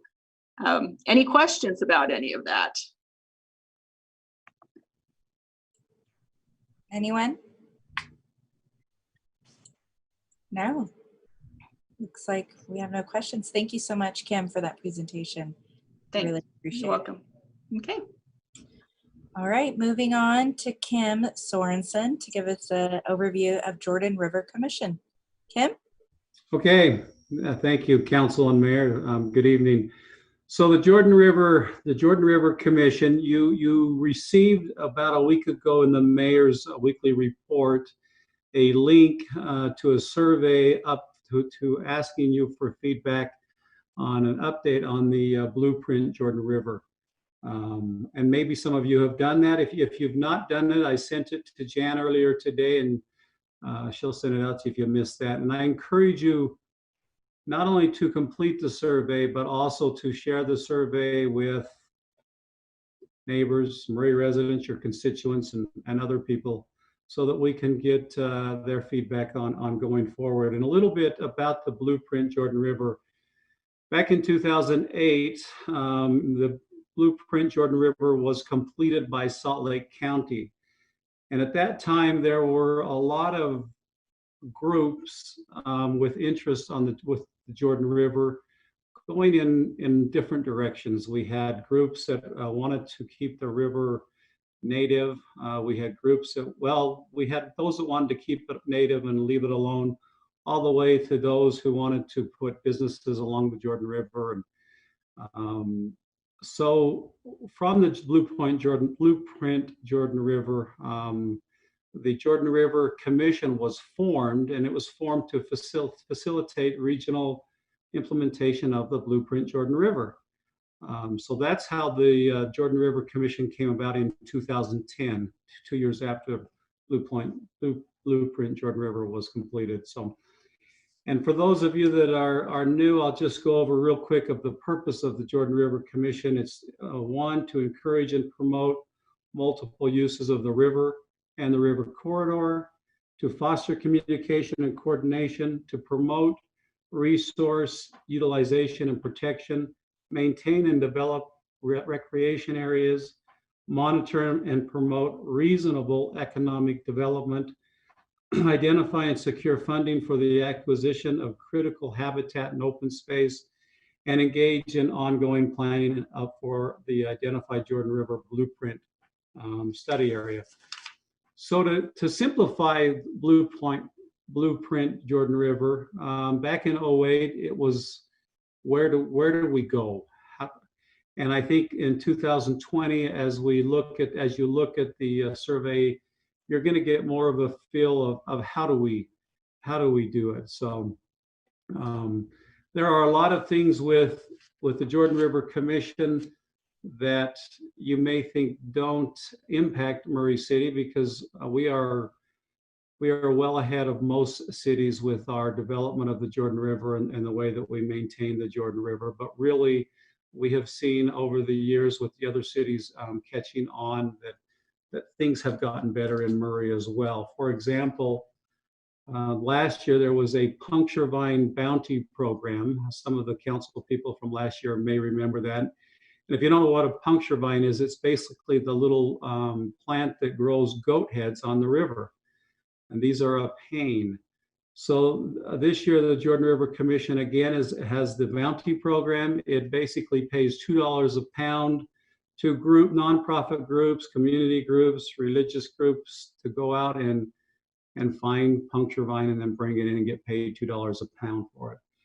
You may think that doesn't help Murray because we don't have a lot of puncture vine, and certainly nobody's going to make money going on the Jordan River Parkway in Murray at $2 a pound. However, if you go south or you go north of Murray, there are fields and fields and fields of puncture vines. So we are seeing, even just from last year, improvement on our section because those little puncture thorns get stuck in your tire, stuck in your shoe, and they end up in Murray, and we're constantly removing small puncture weeds. So it's helping us. The last thing that I'll mention is in September, the Jordan River Commission sponsors a Get to the River month or celebration. Murray has participated in this the last 3 years. What we've done is we've had a volunteer project to plant trees, remove invasive weeds and plants. This year, we were hoping to do something different. Other areas of the Jordan River have also done what we've done, but they've had different events like canoeing the river or dinner on the river or 5K races or different activities. We are hoping and wanted to do something like that. Of course, COVID has hit and changes a lot of things, but we still plan on doing some type of an activity in September with the Get to the River celebration. We have some ideas that we'll work with Mayor Kemp and his people to determine whether we can do that or not. So look forward to seeing more information on that. But that is my quick report on the Jordan River Commission, unless there's some questions. I have a question, and that's, do you have to be part of a nonprofit, or could I send some delinquent children of mine with bags of go-ahead weeds to you? Would that be? You don't send them to me, but get on the Jordan River Commission site, and it'll explain it to you. But here's what they say. This includes businesses, nonprofits, community and religious organizations, social clubs, school groups, or groups raising funds. So I think the answer is yes. Anybody that wants to pick up goat heads for $2 a pound, And they'll select an area, and they have a lot of areas where the weeds are very invasive. But that would be great. And it'll Thank you. Too. Question, Kim, how far, what city to city does the Jordan River go to? Well, the Jordan River starts at Utah Lake and then flows all the way down and ends up in Salt Lake, Great Salt Lake.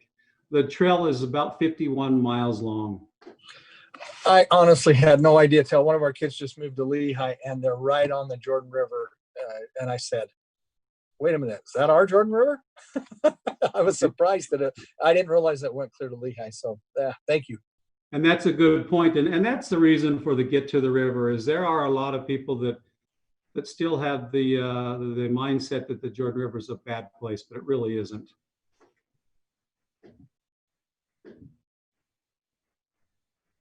Oh, anybody else? All right. Well, thank you so much, Kim, for that update. It's exciting. Thank you. I'm gonna send my kids with Kat's kids to go get some goathead weeds. All right. Okay. So moving forward, an update from NeighborWorks. Melinda, I'll let you go ahead. Thank you. So I have been on the NeighborWorks board now. I think my first official meeting with them was February.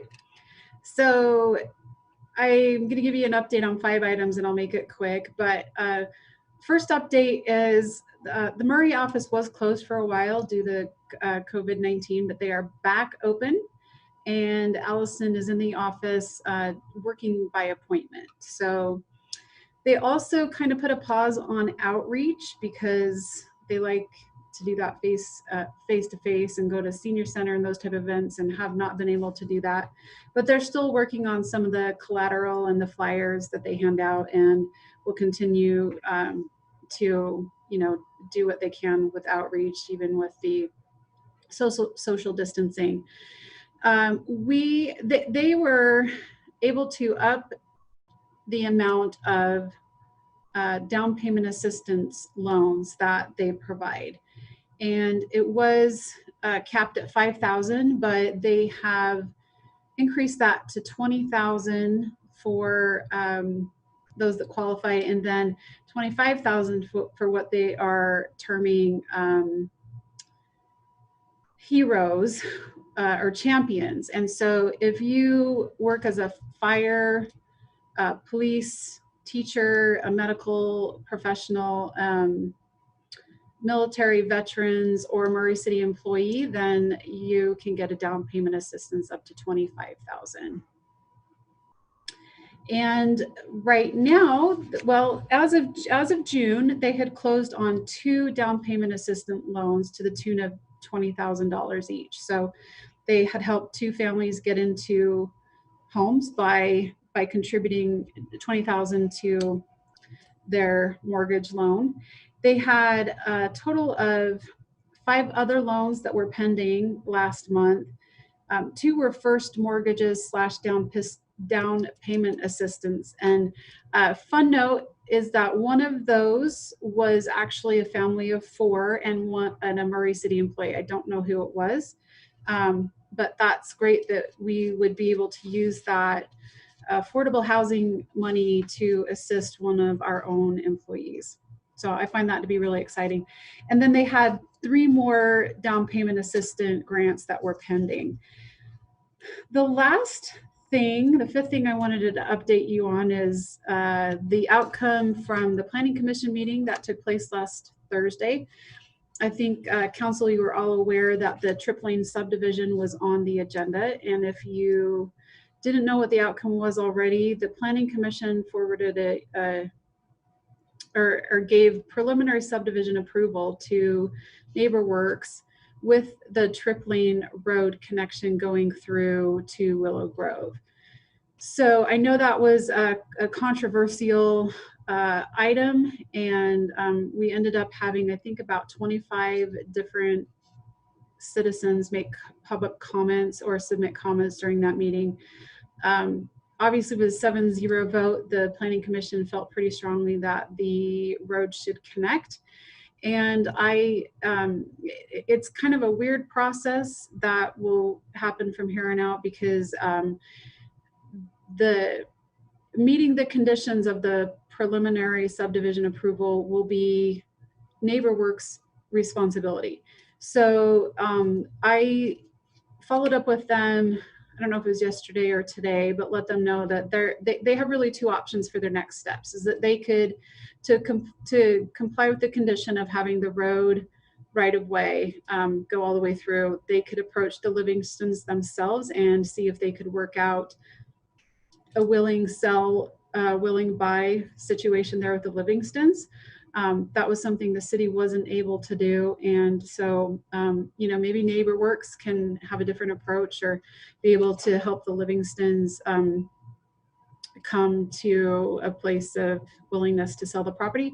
In lieu of that, they will probably be approaching Chair Dominguez to talk to her about getting on the city council agenda to discuss the other alternative of acquiring right away when you don't have a willing seller, which would be through the use of eminent domain. So that'll be an interesting decision for the chair and to make, and interesting item to have on the agenda if that's what the city council chooses to do. So if you have any questions about that, I'd love to answer them, but that's my update for NeighborWorks.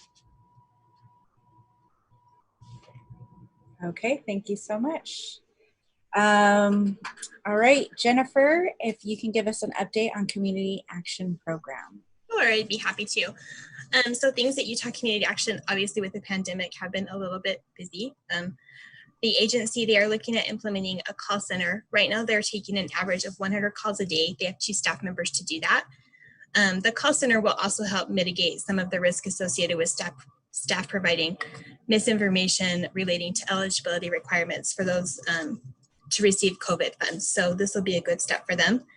They have also distributed $7.3 million in utility relief over the past few weeks for people that have been affected by COVID. The Salt Lake County Health Department is going to host some virtual conversations with the Head Start families to help educate them so they know how to keep their kids safe once school starts. A lot of these families aren't sure what to do and what the procedures are, so this will be helpful for them. And once Head Start does start up again, they're going to be limiting their classrooms to 10 kids. It'll be a curbside pickup and drop off instead of parents go in and check them in and out. They'll be implementing hand washing schedules, have PPE for their staff, and have modified learning and procedures that minimize contact. And they're going to offer virtual options for families that aren't comfortable taking their kids into the center yet. They are offering summer dinners right now. Dinners are Monday through Friday. They're at 6 locations and they're free for kids under 18 or $3 for adults if they want a dinner. And a couple other things, they are hosting in the month of July a fundraiser called Food Truck Face-Off. This is generally happens a one-night event during the summer. They got a park, they have a ton of food trucks. It's kind of a competition between Utah Community Action, the 4th Street Clinic, Volunteers of America, and the YWCA. And it's kind of just a friendly competition between them. People buy tickets, they buy food with tickets. Whoever has the most tickets at the end wins. This year they're partnering with the Food Truck League.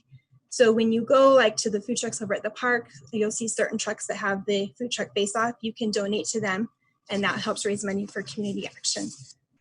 And the last thing I have is their annual Bloom Gala. They're going to do it virtually this year instead of the one-night event they normally do. It'll be from August 9th through 21st, and they're hoping to raise $200,000, and that all goes to Head Start families. And that's all I have, unless someone has any questions. I have a question. Yeah.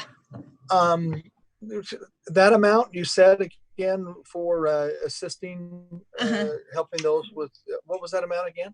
7.3 million. Wow. Yeah. Is that a lot, or that seems like a lot? It is, and the sad thing is they weren't able to help all the families that need that money.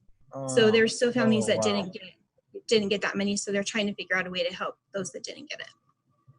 All right, thank you for letting us know that. All right. Any other questions? Thank you, Jennifer. Okay, we're going to move on to our next item on the agenda. We're running a little behind, but not too far. So we're going to go over the general plan and zone map amendments. Melinda, you want to go ahead and take that over for 388 and 398 East on 4800 South. Melinda.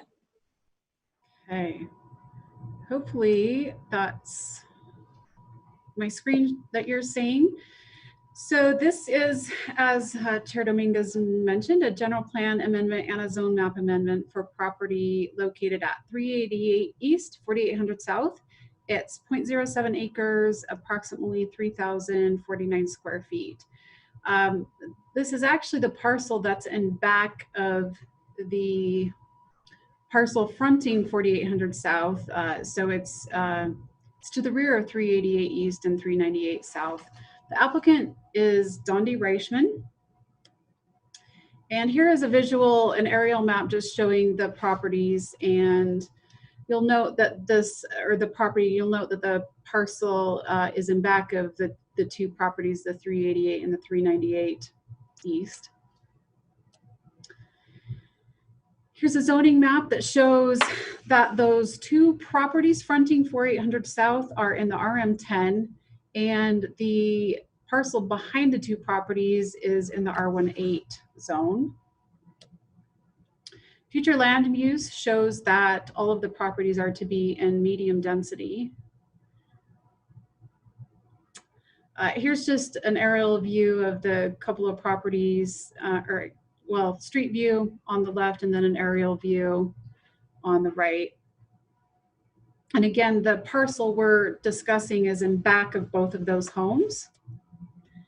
So there's a difference between what you can do in R18 zone and the proposed zone, the medium density, which is RM10. Both allow for single family homes on 8,000 square feet lot. Uses such as charter schools, residential daycare, apiaries. Conditional uses include attached single family dwellings in PUDs, cemeteries, radio, television, and other uses. The proposed zone, the RM10, would allow for a two-family dwelling on a 10,000 square foot lot. It also would allow for a charter school, residential childcare, and conditional uses, multifamily dwellings up to 7 units an acre, bed and breakfast, retirement homes, cemeteries, etc. So the Planning Commission heard this item on June 4th, and they held a public hearing. We did send out a total of 54 public notices for the meeting. That was a 300 foot radius from the subject property that was noticed. There were 2 public comments that were received. Both of them were concerned about the potential of multifamily housing being constructed on these lots, but in the end, the math just does not work out on that. Even if the parcels were to be combined, all 3 of the parcels would be combined, there still would not be enough square footage to construct anything more there than 1 duplex, which is essentially the same as what exists right now, which would be 2 living units, although right now they're both single family units. So the Planning Commission in the end voted unanimously 7-0 to send City Council a recommendation of approval for this.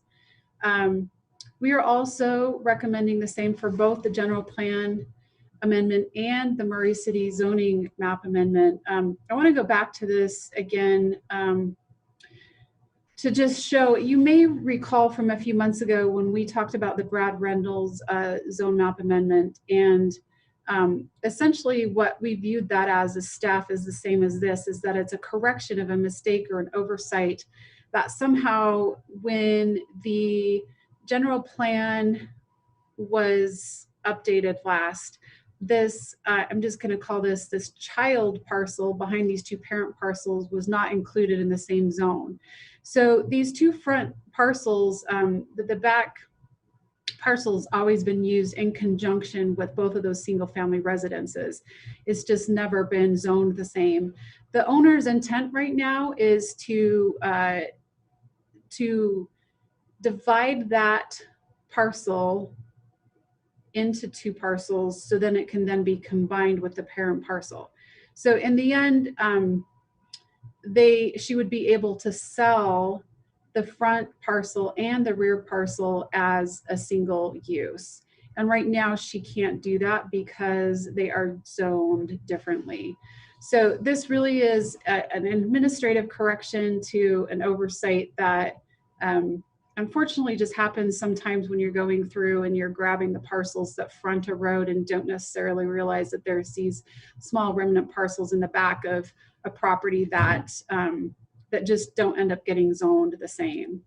So again, our recommendation between the staff and the Planning Commission is to approve both the general plan amendment and the zoning map amendment. So this will be coming back to you at the next City Council meeting for a public hearing. And I will stop sharing my screen now. And if you have any questions, I am more than happy to try and answer them. Gail, do you have any questions? Anyone else? I do. It looks like if you go back to that map you were just on, it looks like there's one more child parcel. Do we want to do that all at once? So I noticed that too as I was presenting this, and it would need to be something that the property owner would come in and not implement, but would come in and request. So we don't, usually the city doesn't go forward and do zone change requests on their own. It's something that we initiate when a property owner comes in. So that property was a couple of parcels over to the left. And so at some point, I would assume that parcel is also associated with a piece that fronts 4800 South. And at some point, if that property owner wanted to sell, they would need to do the same thing. Okay, anyone else? All right, well, thank you, Melinda. We're gonna go ahead and move forward to surplus of property at 15th West and 5th Avenue. GL? Thank you. This request is directly related to the agreement we have with the Fraternal Order of Eagles, where on the east side, this organization has agreed to convey property to the city for the Hanauer Street extension. To do that, they're giving up some parking spaces. We are replacing those parking spaces with this action of, first of all, vacating that alleyway that's on the west side of the building, and then declaring it as surplus. So I believe it was the last meeting, and then tonight you'll hear again from Danny Astle, Public Works Director, regarding the request to vacate the alleyway. And following that, when that's done, what that would mean, assuming that you agree to vacate that each property owner on either side of that alleyway gets half of that alleyway. We are one of the owners on the west, we're the owner of the west side of the alleyway. So that half would become ours.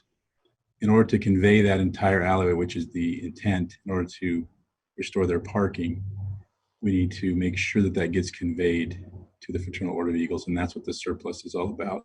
When you surplus property, it is the city council essentially saying this is property that either we don't need anymore, or someone has requested it and we don't need it, they could go ahead and use it. In this particular case, this was part of the agreement we made with the Fraternal Order of Eagles to replace their parking. And so it's simply an approval, if you choose to do that, to approve the resolution that would declare it as surplus. And following that, if that's what you do, I say following several days from now, we would then file the ordinance that vacates the alleyway, and then a quitclaim deed that gives any interest we have in that alleyway to the Fraternal Order of Eagles. That's what I have, and if you have any questions, happy to answer those. Any questions, anyone? All right. Okay, thank you so much, GL. I appreciate that. Let's go ahead and move on to our next item, Public Safety Advisory Board. Mayor Kemp. Okay, thank you, Madam Chair. If you recall, a couple of meetings ago, I had floated the idea with you of the Public Safety Advisory Board and got positive feedback. So I have sat down with GL, with Chief Burnett and Chief Harris, and the result of those meetings is what's before you tonight for your for discussion, and that is the addition of Chapter 2.7 of the City Code. And I'm just going to put a PowerPoint up, I think. Hope you can see that. I'm not going to go through this. I'm not going to go through this proposed ordinance word for word because I think you have already done that. I hope you have. But I just want to talk about a couple of the highlights of it. And first of all, is a creation of the board to represent the concerns of diverse citizen groups and a broad interest of the community as a whole. The ordinance suggests different backgrounds from which there might be expertise, but they're only suggestions. I also should note that there's some of these that are in red, they're highlighted in red. You can really kind of ignore those. Those are just the last changes that were made in the final draft before it went to you, and they're still showing in red, but that's all that means. The police chief and the fire chief will, or their designees, will serve as advisors to the board. Now, what we're proposing is that the board be made up of 7 members. Initially, we talked about doing 1 per district and then having 2 at large. But as we talked, we realized that by doing them by district, there are a couple of areas of the city where you could actually have someone in a different district who would, but not represent a cross section of the city. In other words, districts 1, 2, and 3, and even 4. There's one point where they come together where you could have all your representatives from those 4 districts in the same area of town. So we thought it would be better just to consciously appoint members who would be across the city. So they'll all be at large, and 5 of the 7 shall be residents, and then the 2 remaining members shall either live or work in the city.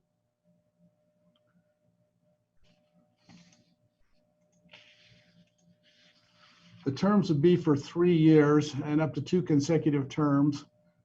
And their terms are to be staggered so that at least 2 terms would expire each year. No more than 3 terms would expire in 1 year. So at first implementation, we'd have to stagger some terms, but to make that work. But that provides for continuity of the board.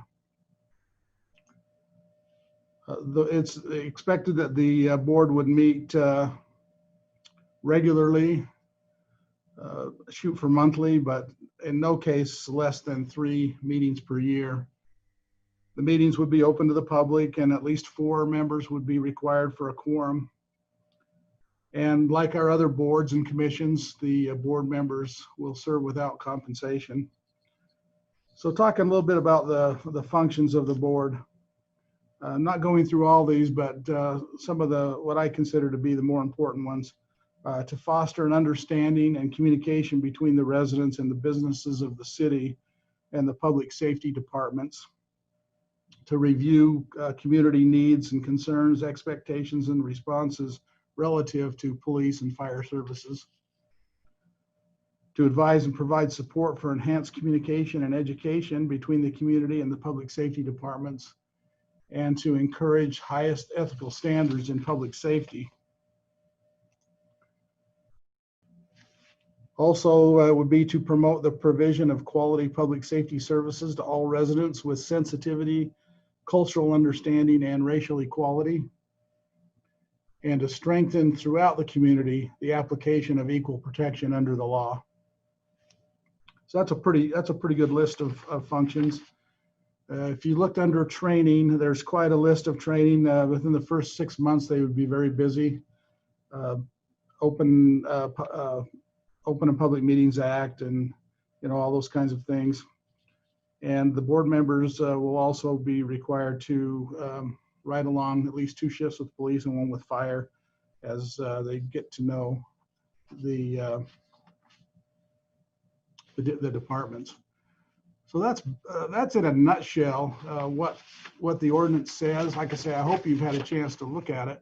And then I'd ask GL if you have anything you wanted to add before I ask if there's any discussion or ask for discussion about the proposed ordinance. I don't remember. You covered it very well. Okay, so any questions or discussion then from the council?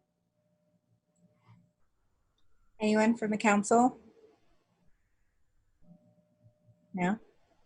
I had a question in terms of the training that would come into play, but then also, I guess it's not just the training, but asking for, would the board also look into how we collect data and information in terms of racial equity in that? I think that's a discussion that we could have, because it's actually fairly broad the way this is worded. But at the same time, we have to be very careful with what we can and what we're able to collect. But that is certainly a discussion that I would expect that this board would have. Okay, thank you. Dale, sorry, I didn't mean to cut you off. Go ahead. All right, anyone else have any questions? Okay, thank you, Mayor, so much. Go ahead. I'm just going to say, if not, we will we'll put this on the agenda for council consideration at the next council meeting, if that's okay. Okay, great. Yeah, I look forward to that. Thank you. All right, let's go ahead and move forward. Kat, if you want to go ahead and give your presentation of Diversity Inclusion Advisory Committee. Thank you. I'm a little bit nervous about loud drilling sounds that may happen, so we'll just hope that the sound cooperates with us. So I'm really grateful that this was put on the agenda under Mayor Camp's, and I love like the safety focus and all of that. This one, so diversity and inclusion, when we talked a lot about anti-bias training for police officers, which is incredibly important in how with the police department and the mayor's plan to make sure that, we are, highest standards in that area. But inclusion is so much broader than that. And so that's what I really wanted to bring to everyone's attention and to spend some time on. And that is that beyond just one department, right? It's the whole community, and it's beyond just race, it's religion, it's ethnicity, it's LGBTQ, it's disabilities. And so really expanding upon that and making sure as a community that we are really actively inclusive in the way that we offer services and the way we create community. And so with this, I started out by reaching out. Jan helped me with a bunch of research, and I had conversations also with council members and mayors of other cities who have done similar committees and how they've implemented them. And I don't have a PowerPoint because I haven't worked with GL yet. I assume that's the order of operations, that's my first time, but I'm gonna have one next time, and I'm really excited about it. So I've reached out to some different communities already, just to kind of gauge their interest in what their experiences are. And I was sort of bracing myself, or maybe you reach out to these different communities and they're like, we're fine, we're good, like, go along. But I've had this amazing feedback from different organizations, from different individuals, from different community members who say, I would like to kind of see myself reflected a little more in some community events, or I have an appointment set up to talk with someone from the Disability Rights Action Committee about, yeah, like I'd love to sit down and talk about some small, easy things we could do, services or community event wise, where we would feel just more able to participate. And so there seems to be a really good community response. And what I shared with you, I apologize, it came a little later than the packet, but sort of a breakdown of what I'm thinking as far as, you know, the duties and things like that, but it's still very rough. With that, I see this advisory committee being staffed by the council office, and I see collaborating with different organizations and committees, members from different groups. One group I'm very excited about, I think Rosalba brought up I always get the name wrong, but it's the refugee educational building that's really close to us. I can always see the beautiful painting that's on the side, and I can never remember the exact name, but I taught a class there once with a group of childcare providers, and it was amazing. But I know that we have a huge amount of refugees here in Murray, and making sure that they're able to navigate our services and also feel like they are our community as well. So this is something I'm interested in pursuing and sort of clarifying language more on, and of course bringing back if there's support for it. Trying to look at my notes, anything else I wanted to say.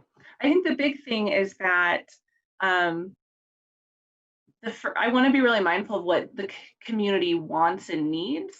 So you can't have too much of a sort of agenda ahead of time, other than gathering members and then kind of surveying, researching, studying, and listening a whole lot to identify those gaps. And so then I think after the first year, they'd be able to report on, you know, here's what we've assessed. This community is great. They don't need anything else. They're fine. Maybe they need help with a park permit for their big party once a year, but they're fine. But this community that we hadn't even really thought about, they would really like some more support or inclusion. So I think we'd know more after that first year as far as what moving forward would look like. Are there any questions, suggestions, concerns?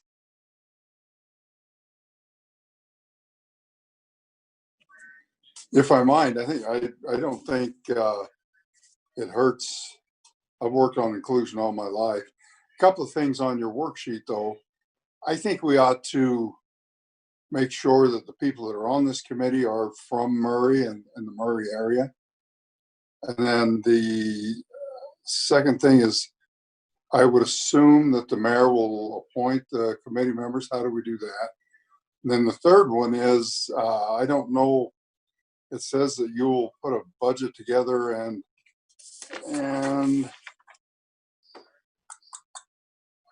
present it to the council. I don't know of any committees that we use taxpayer dollars for, so I don't know how that will work. Thank you. Yes, I was using a bit of a template as my rough draft, so that is a very good point. Thank you.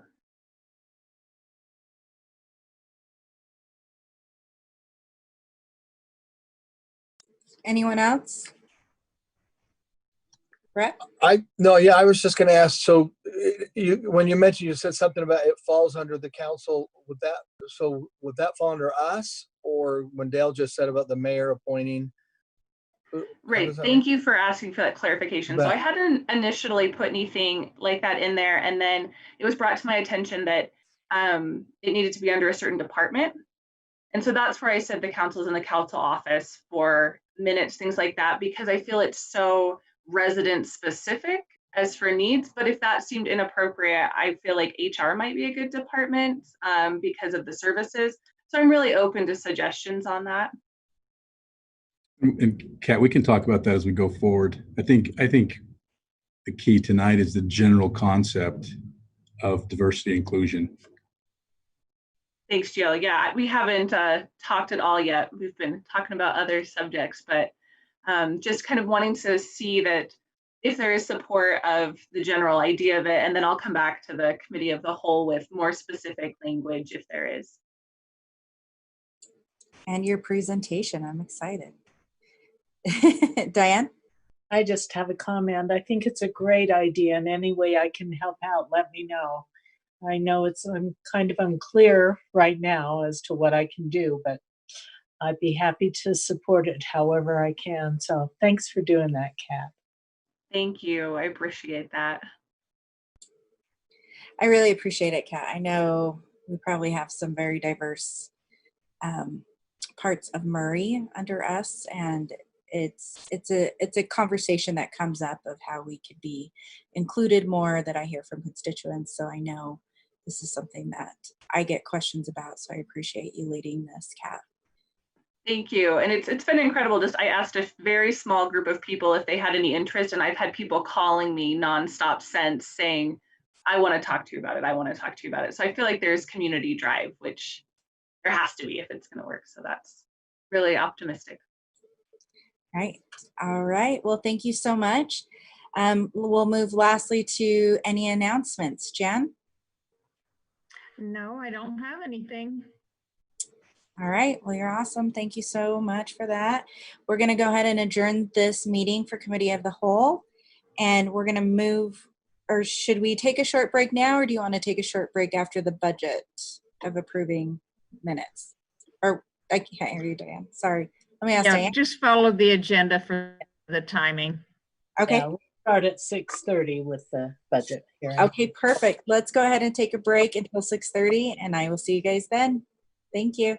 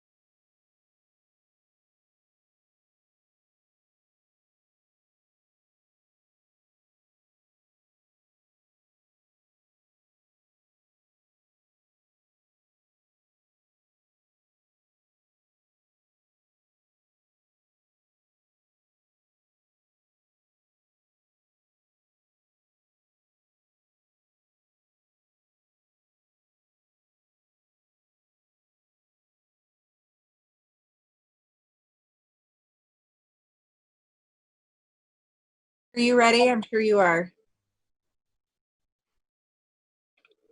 Okay, let me put on my glasses. And let me get ready to read again. All right, let's go ahead and start, Bill. Okay, welcome everyone. In accordance with the Governor and Utah Department of Health phase guidelines for general public, Utah Leads Together, and the Utah Legislature House Joint Resolution 504, adopted on June 17, 2020, extending the states of emergency due to the infectious disease COVID-19 novel coronavirus, I have determined that to protect the health and welfare of Murray citizens, an in-person city council meeting, including attendance by the public and the city council, is not practical or prudent. The Center for Disease Control states that COVID-19 is easily spread from person to person between people who are in close contact with one another. The spread is through respiratory droplets when an infected person coughs, sneezes, talks, and may be spread by people who are non-symptomatic. Considering the continued rise of COVID-19 case counts in Utah, meeting in an anchor location presents substantial risk to the health and safety of those in attendance because physical distancing measures may be difficult to maintain in the Murray City Council chambers. The public may view the meeting via the live stream at www.murraycitylive.com or via Facebook at Murray City Utah page. No physical meeting location will be available at this time. If you would like to submit comments for citizen comment time or public hearing, you may do so by sending an email in advance or during the meeting at city.council@murray.utah.gov. Again, city.council@murray.utah.gov. You can also see it. Let me see if I can get my finger right there at the bottom of the page. Comments are limited to less than 3 minutes. Include your name and contact information, and they will be read into the record. Thank you so much, and we are going ahead and proceed with Diane. Go ahead and unmute yourself, Diane. Oh, there's that, isn't there?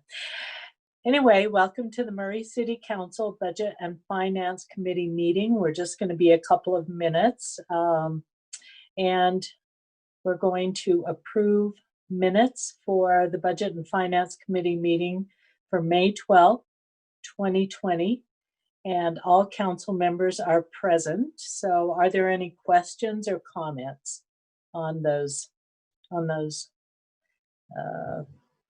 minutes? Okay, I guess there are none. So could I have a motion? I motion that we move. Let me make sure I have the a motion for approval to move the Budget and Finance Committee meeting minutes for May 12th, 2020. Okay, since there are no questions or comments, could I have a second? I'll second. Thank you, Bill. All right, Jennifer, would you call the roll? Mr. House, Aye. Ms. Martinez, Aye. Mr. Cox, Aye. Ms. Dominguez, Aye. Ms. Turner. Aye. Okay, that will conclude the Budget and Finance Committee meetings. Thank you all for being here. And now we'll go to the council meeting. Kat Martinez. Thank you. All right, it is 6:35 and I'm calling this council meeting to order. And we'll start off with the Pledge of Allegiance. Come here, bud. This is Joe's gonna help us out here. We'll put our hands on our heart. Ready? Pledge allegiance to the flag of the United States of America and to the republic for which it stands, one nation under God, indivisible, with liberty and justice for all. Good job. High five. Go have some pizza. Okay. All right. Thank you, everyone, for joining us in that. Next up, we have approval of minutes from council meeting July 7th, 2020. Are there any corrections? If there are no corrections, I will take a motion. I'll move approval of the minutes for the council meeting of July 7th, 2020. Thank you. Do we have a second? I'll second that. Thank you. Jennifer? Mr. Cox? Mr. Cox? Can't find my mic. Aye. Ms. Dominguez? Aye. Ms. Turner? Aye. Mr. Hels? Aye. Ms. Martinez? Aye. Thank you. Next up, citizen comments. Jan, do we have any citizen comments that have been submitted?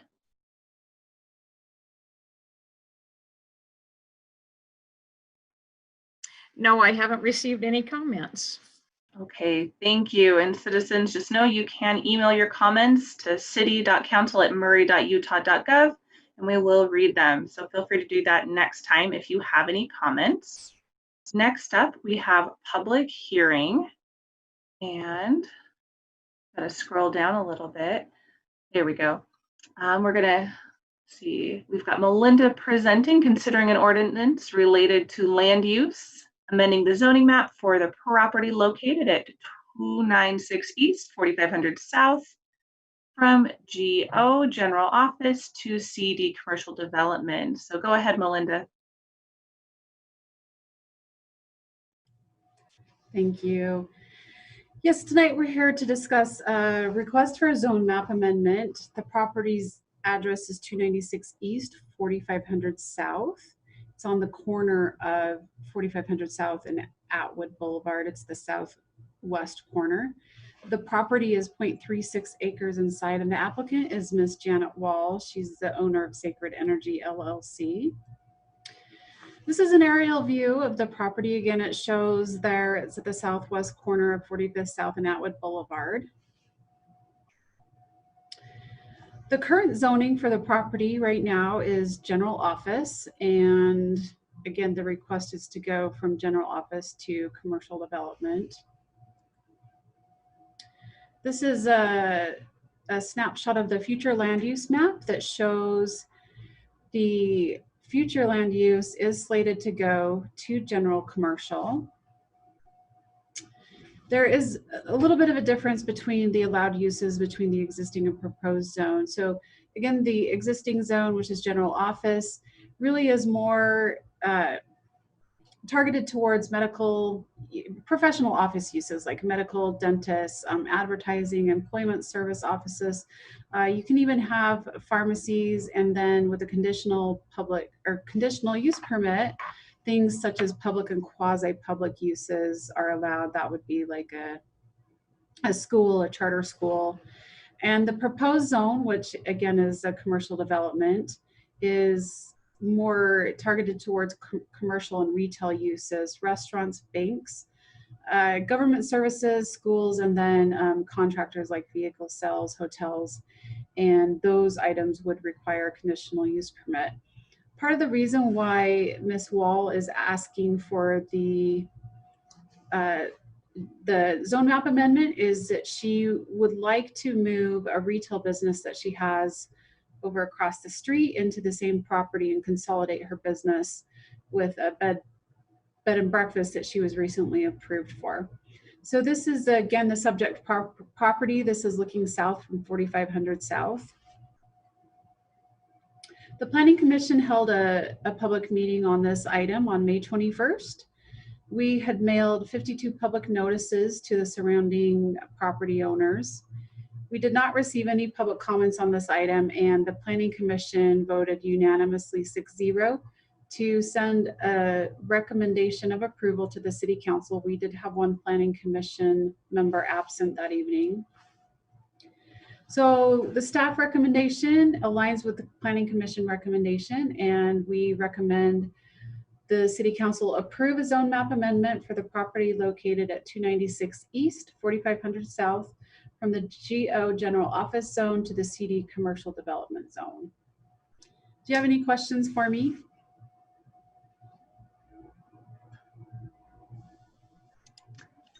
No.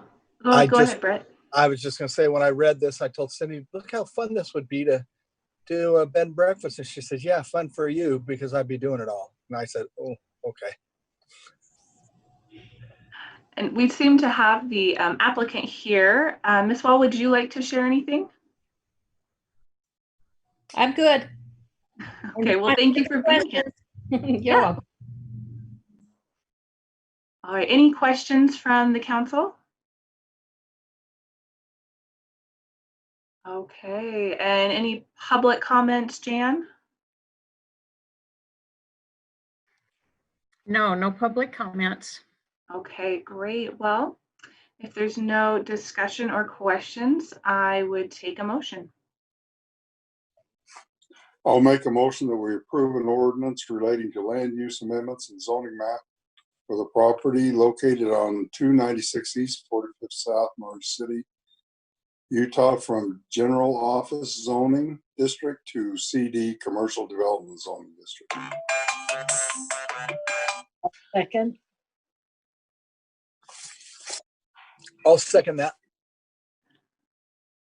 I think we had a second from Councilman Turner first, but you probably couldn't hear it because of the phone call. Go ahead. So you're okay. Diane. But thank you. And then we're ready for a roll call. Mr. Cox? Aye. Ms. Dominguez? Aye. Ms. Turner? Aye. Mr. House? Aye. Ms. Martinez? Aye. Thank you. Never a bad thing to have too many seconds. That's all right. All right, next up, we will consider an ordinance permanently closing a public alleyway and vacating the right-of-way located at approximately 15th West 5th Avenue between 4th and 5th Avenue. And Danny Astle and Trey Stokes are presenting. So it's just Danny tonight. Trey is unavailable, so I'm going to share just some quick thoughts. This is something that we've been working on for quite some time related to our Hanover Street extension and obtaining the property for that road. And this parcel or this right-of-way that is there needs to be vacated so that we can use that as part of the parking mitigation. And I think we've talked about it before, and if there's any questions, I'd love to answer them. But I think you've probably heard about it plenty. So you have an ordinance before you to discuss that. So thank you. Are there any questions from the council? All right, yes, thank you, Danny. You've explained it many times to us, and I think we're finally catching on. That's me. Jan, any public comments? Nothing from the public, no. Nothing from the public. Okay, well, if there's no discussion, then I would take a motion. I motion that we approve and consider an ordinance permanently closing a public alley and vacating the right-of-way located at approximately 15 West 5th Avenue between 4th and 5th Avenue, Murray City, Salt Lake County, State of Utah. Is there a second? I'll second. Thank you. Jennifer? Mr. Cox? Aye. Ms. Dominguez? Aye. Ms. Turner? Aye. Mr. House? Aye. Ms. Martinez? Aye. Thank you. All right, we have one more public hearing this evening. This last one is to consider a resolution declaring a certain real property located at approximately 15th West 5th Avenue as surplus. And we've got G.L. Critchfield presenting. Thank you. This is a follow-up to Danny's previous public hearing. And let me just talk briefly about the process. Now that you have approved the vacature of the alleyway, that ordinance will be recorded at the county recorder's office. And that will then trigger a division of that alleyway, half going to the Fraternal Order of Eagles and half going to the city. In because of our agreement with the Fraternal Order of Eagles, we will then be taking our half, and with a quitclaim deed, if you choose to declare this part of it surplus, we'll be conveying that part to the Fraternal Order of Eagles in order to make up the parking that we have taken as a result of the Hanauer Street extension. That's what this is about, and if you have any questions, happy to answer those. Thank you for the explanation. Council, are there any questions? No, or Diane? No, I'm ready to do a motion here. So Jen, were there any public comments? No, there's no public comments. All right, then go ahead. Thank you. I'll move to adopt the resolution declaring certain real property located at approximately 15 West 5th Avenue, Murray City, Salt Lake County, State of Utah, as surplus. Is there a second? I'll second that. Thank you. Jennifer? Mr. Cox? Aye. Dominguez? Aye. Ms. Turner? Aye. Mr. Hels? Aye. Ms. Martinez? Aye. Thank you. All right, we have one new business item, and that is to consider a resolution adopting the Salt Lake County multi-jurisdictional multi-hazard mitigation plan. We've got Assistant Chief Joey Middleman presenting. Hi, good evening. I think this will be kind of a really neat aspect to maybe have the community be aware of some of the things that are going on in emergency management and then the mitigation plan. So what we had last week is we've taken to the council the mitigation plan, which is a 700-page plus plan, and we have some of the key items that you guys will be giving your approval in the resolution. And just a quick reminder of those key things for the citizens that are listening out there is these are all hazards that are to the people, such as an earthquake, a flood, a pandemic. And these are the methods that we go about the mitigation process to hopefully prevent a lot of these items. We could only wish if we could go back in time and better prepare for some of the pandemic, which there were a lot of preparations. However, you could always say you'd want more. And that's where we really are shining, I feel, in Murray about our earthquake preparedness and about our flooding preparedness. Over the time, the very fire station that I'm sitting in now has great mitigation planning because of the way it's built. And also our park, if you've noticed over the past few years, we've had a lot of floodplain control throughout that park, and it's really served the citizens well. We have a little bit of progress we still want to get done, and this plan now aligns everything from the FEMA level clear down to our city level. So that's FEMA, state, and then the county, and then down to the Murray level, and we're all in line with our goals and aspirations, as well as the plan. And those 700 pages points out Murray's aspect of where we find our biggest hazards that we can actually mitigate. So without boring anybody else, I will turn over the time back to whomever in the council wants to read the resolution, or I can summarize it as well. Any questions before we do a vote? That was a great presentation of it, though. Thanks. Okay, we'll take a motion.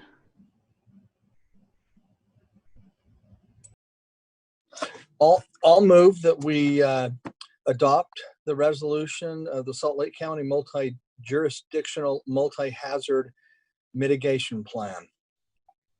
I'll second. Go ahead, Jennifer. Mr. Cox? Aye. Ms. Dominguez? Ms. Dominguez? Oh, I thought I unmuted myself. Aye. Ms. Turner? Aye. Mr. Hels? Aye. Martinez? Aye. Thank you. All right, and that brings, yeah. Can I just say to Joey, we Absolutely. sure appreciate you. You're awesome. You're one of our wonderful employees, and you always do a great presentation, and you carry a good spirit about you. I don't know if everyone else has seen it, but I haven't seen that fire station. I want to get over there and see this thing. I know that it had a lot of effort put into it. So I'm looking forward to coming over and visiting you over there. Maybe we could go as a group. I don't know, but we look forward to that day. And if you guys as a council are wanting to, you know, as we always encourage mitigation, mask up and come on over, we would love that. Now, I won't throw out any special things, but I will say in the future, I think we have a pretty good surprise coming for the public. Oh. Well, that's very exciting. With COVID relations, because I'm sure a lot of people want to see inside here. Online tour, here it comes. Oh, I wasn't going to say anything. Oh, Rosanna, I'm excited now, but. Way to go, Rosanna. Spoilers. Surprise. I didn't know that. Thank you. That is exciting. We drive by it all the time, and my kids are always peering out the window. It looks awesome. But we'll turn it over to Mayor Camp next for his report. And go ahead, Mayor. Okay, thank you, Madam Chair. Just a couple things this evening. Just a reminder that the city offices will be closed this Friday, July 24th, to observe Pioneer Day. That's this Friday, Brett. Yeah. And also the farmers market will be open this Saturday in Murray Park. It'll be open from 8 a.m. to 2 p.m. And then it's scheduled to be open every Friday and Saturday through October. So we're happy to have the farmers market back.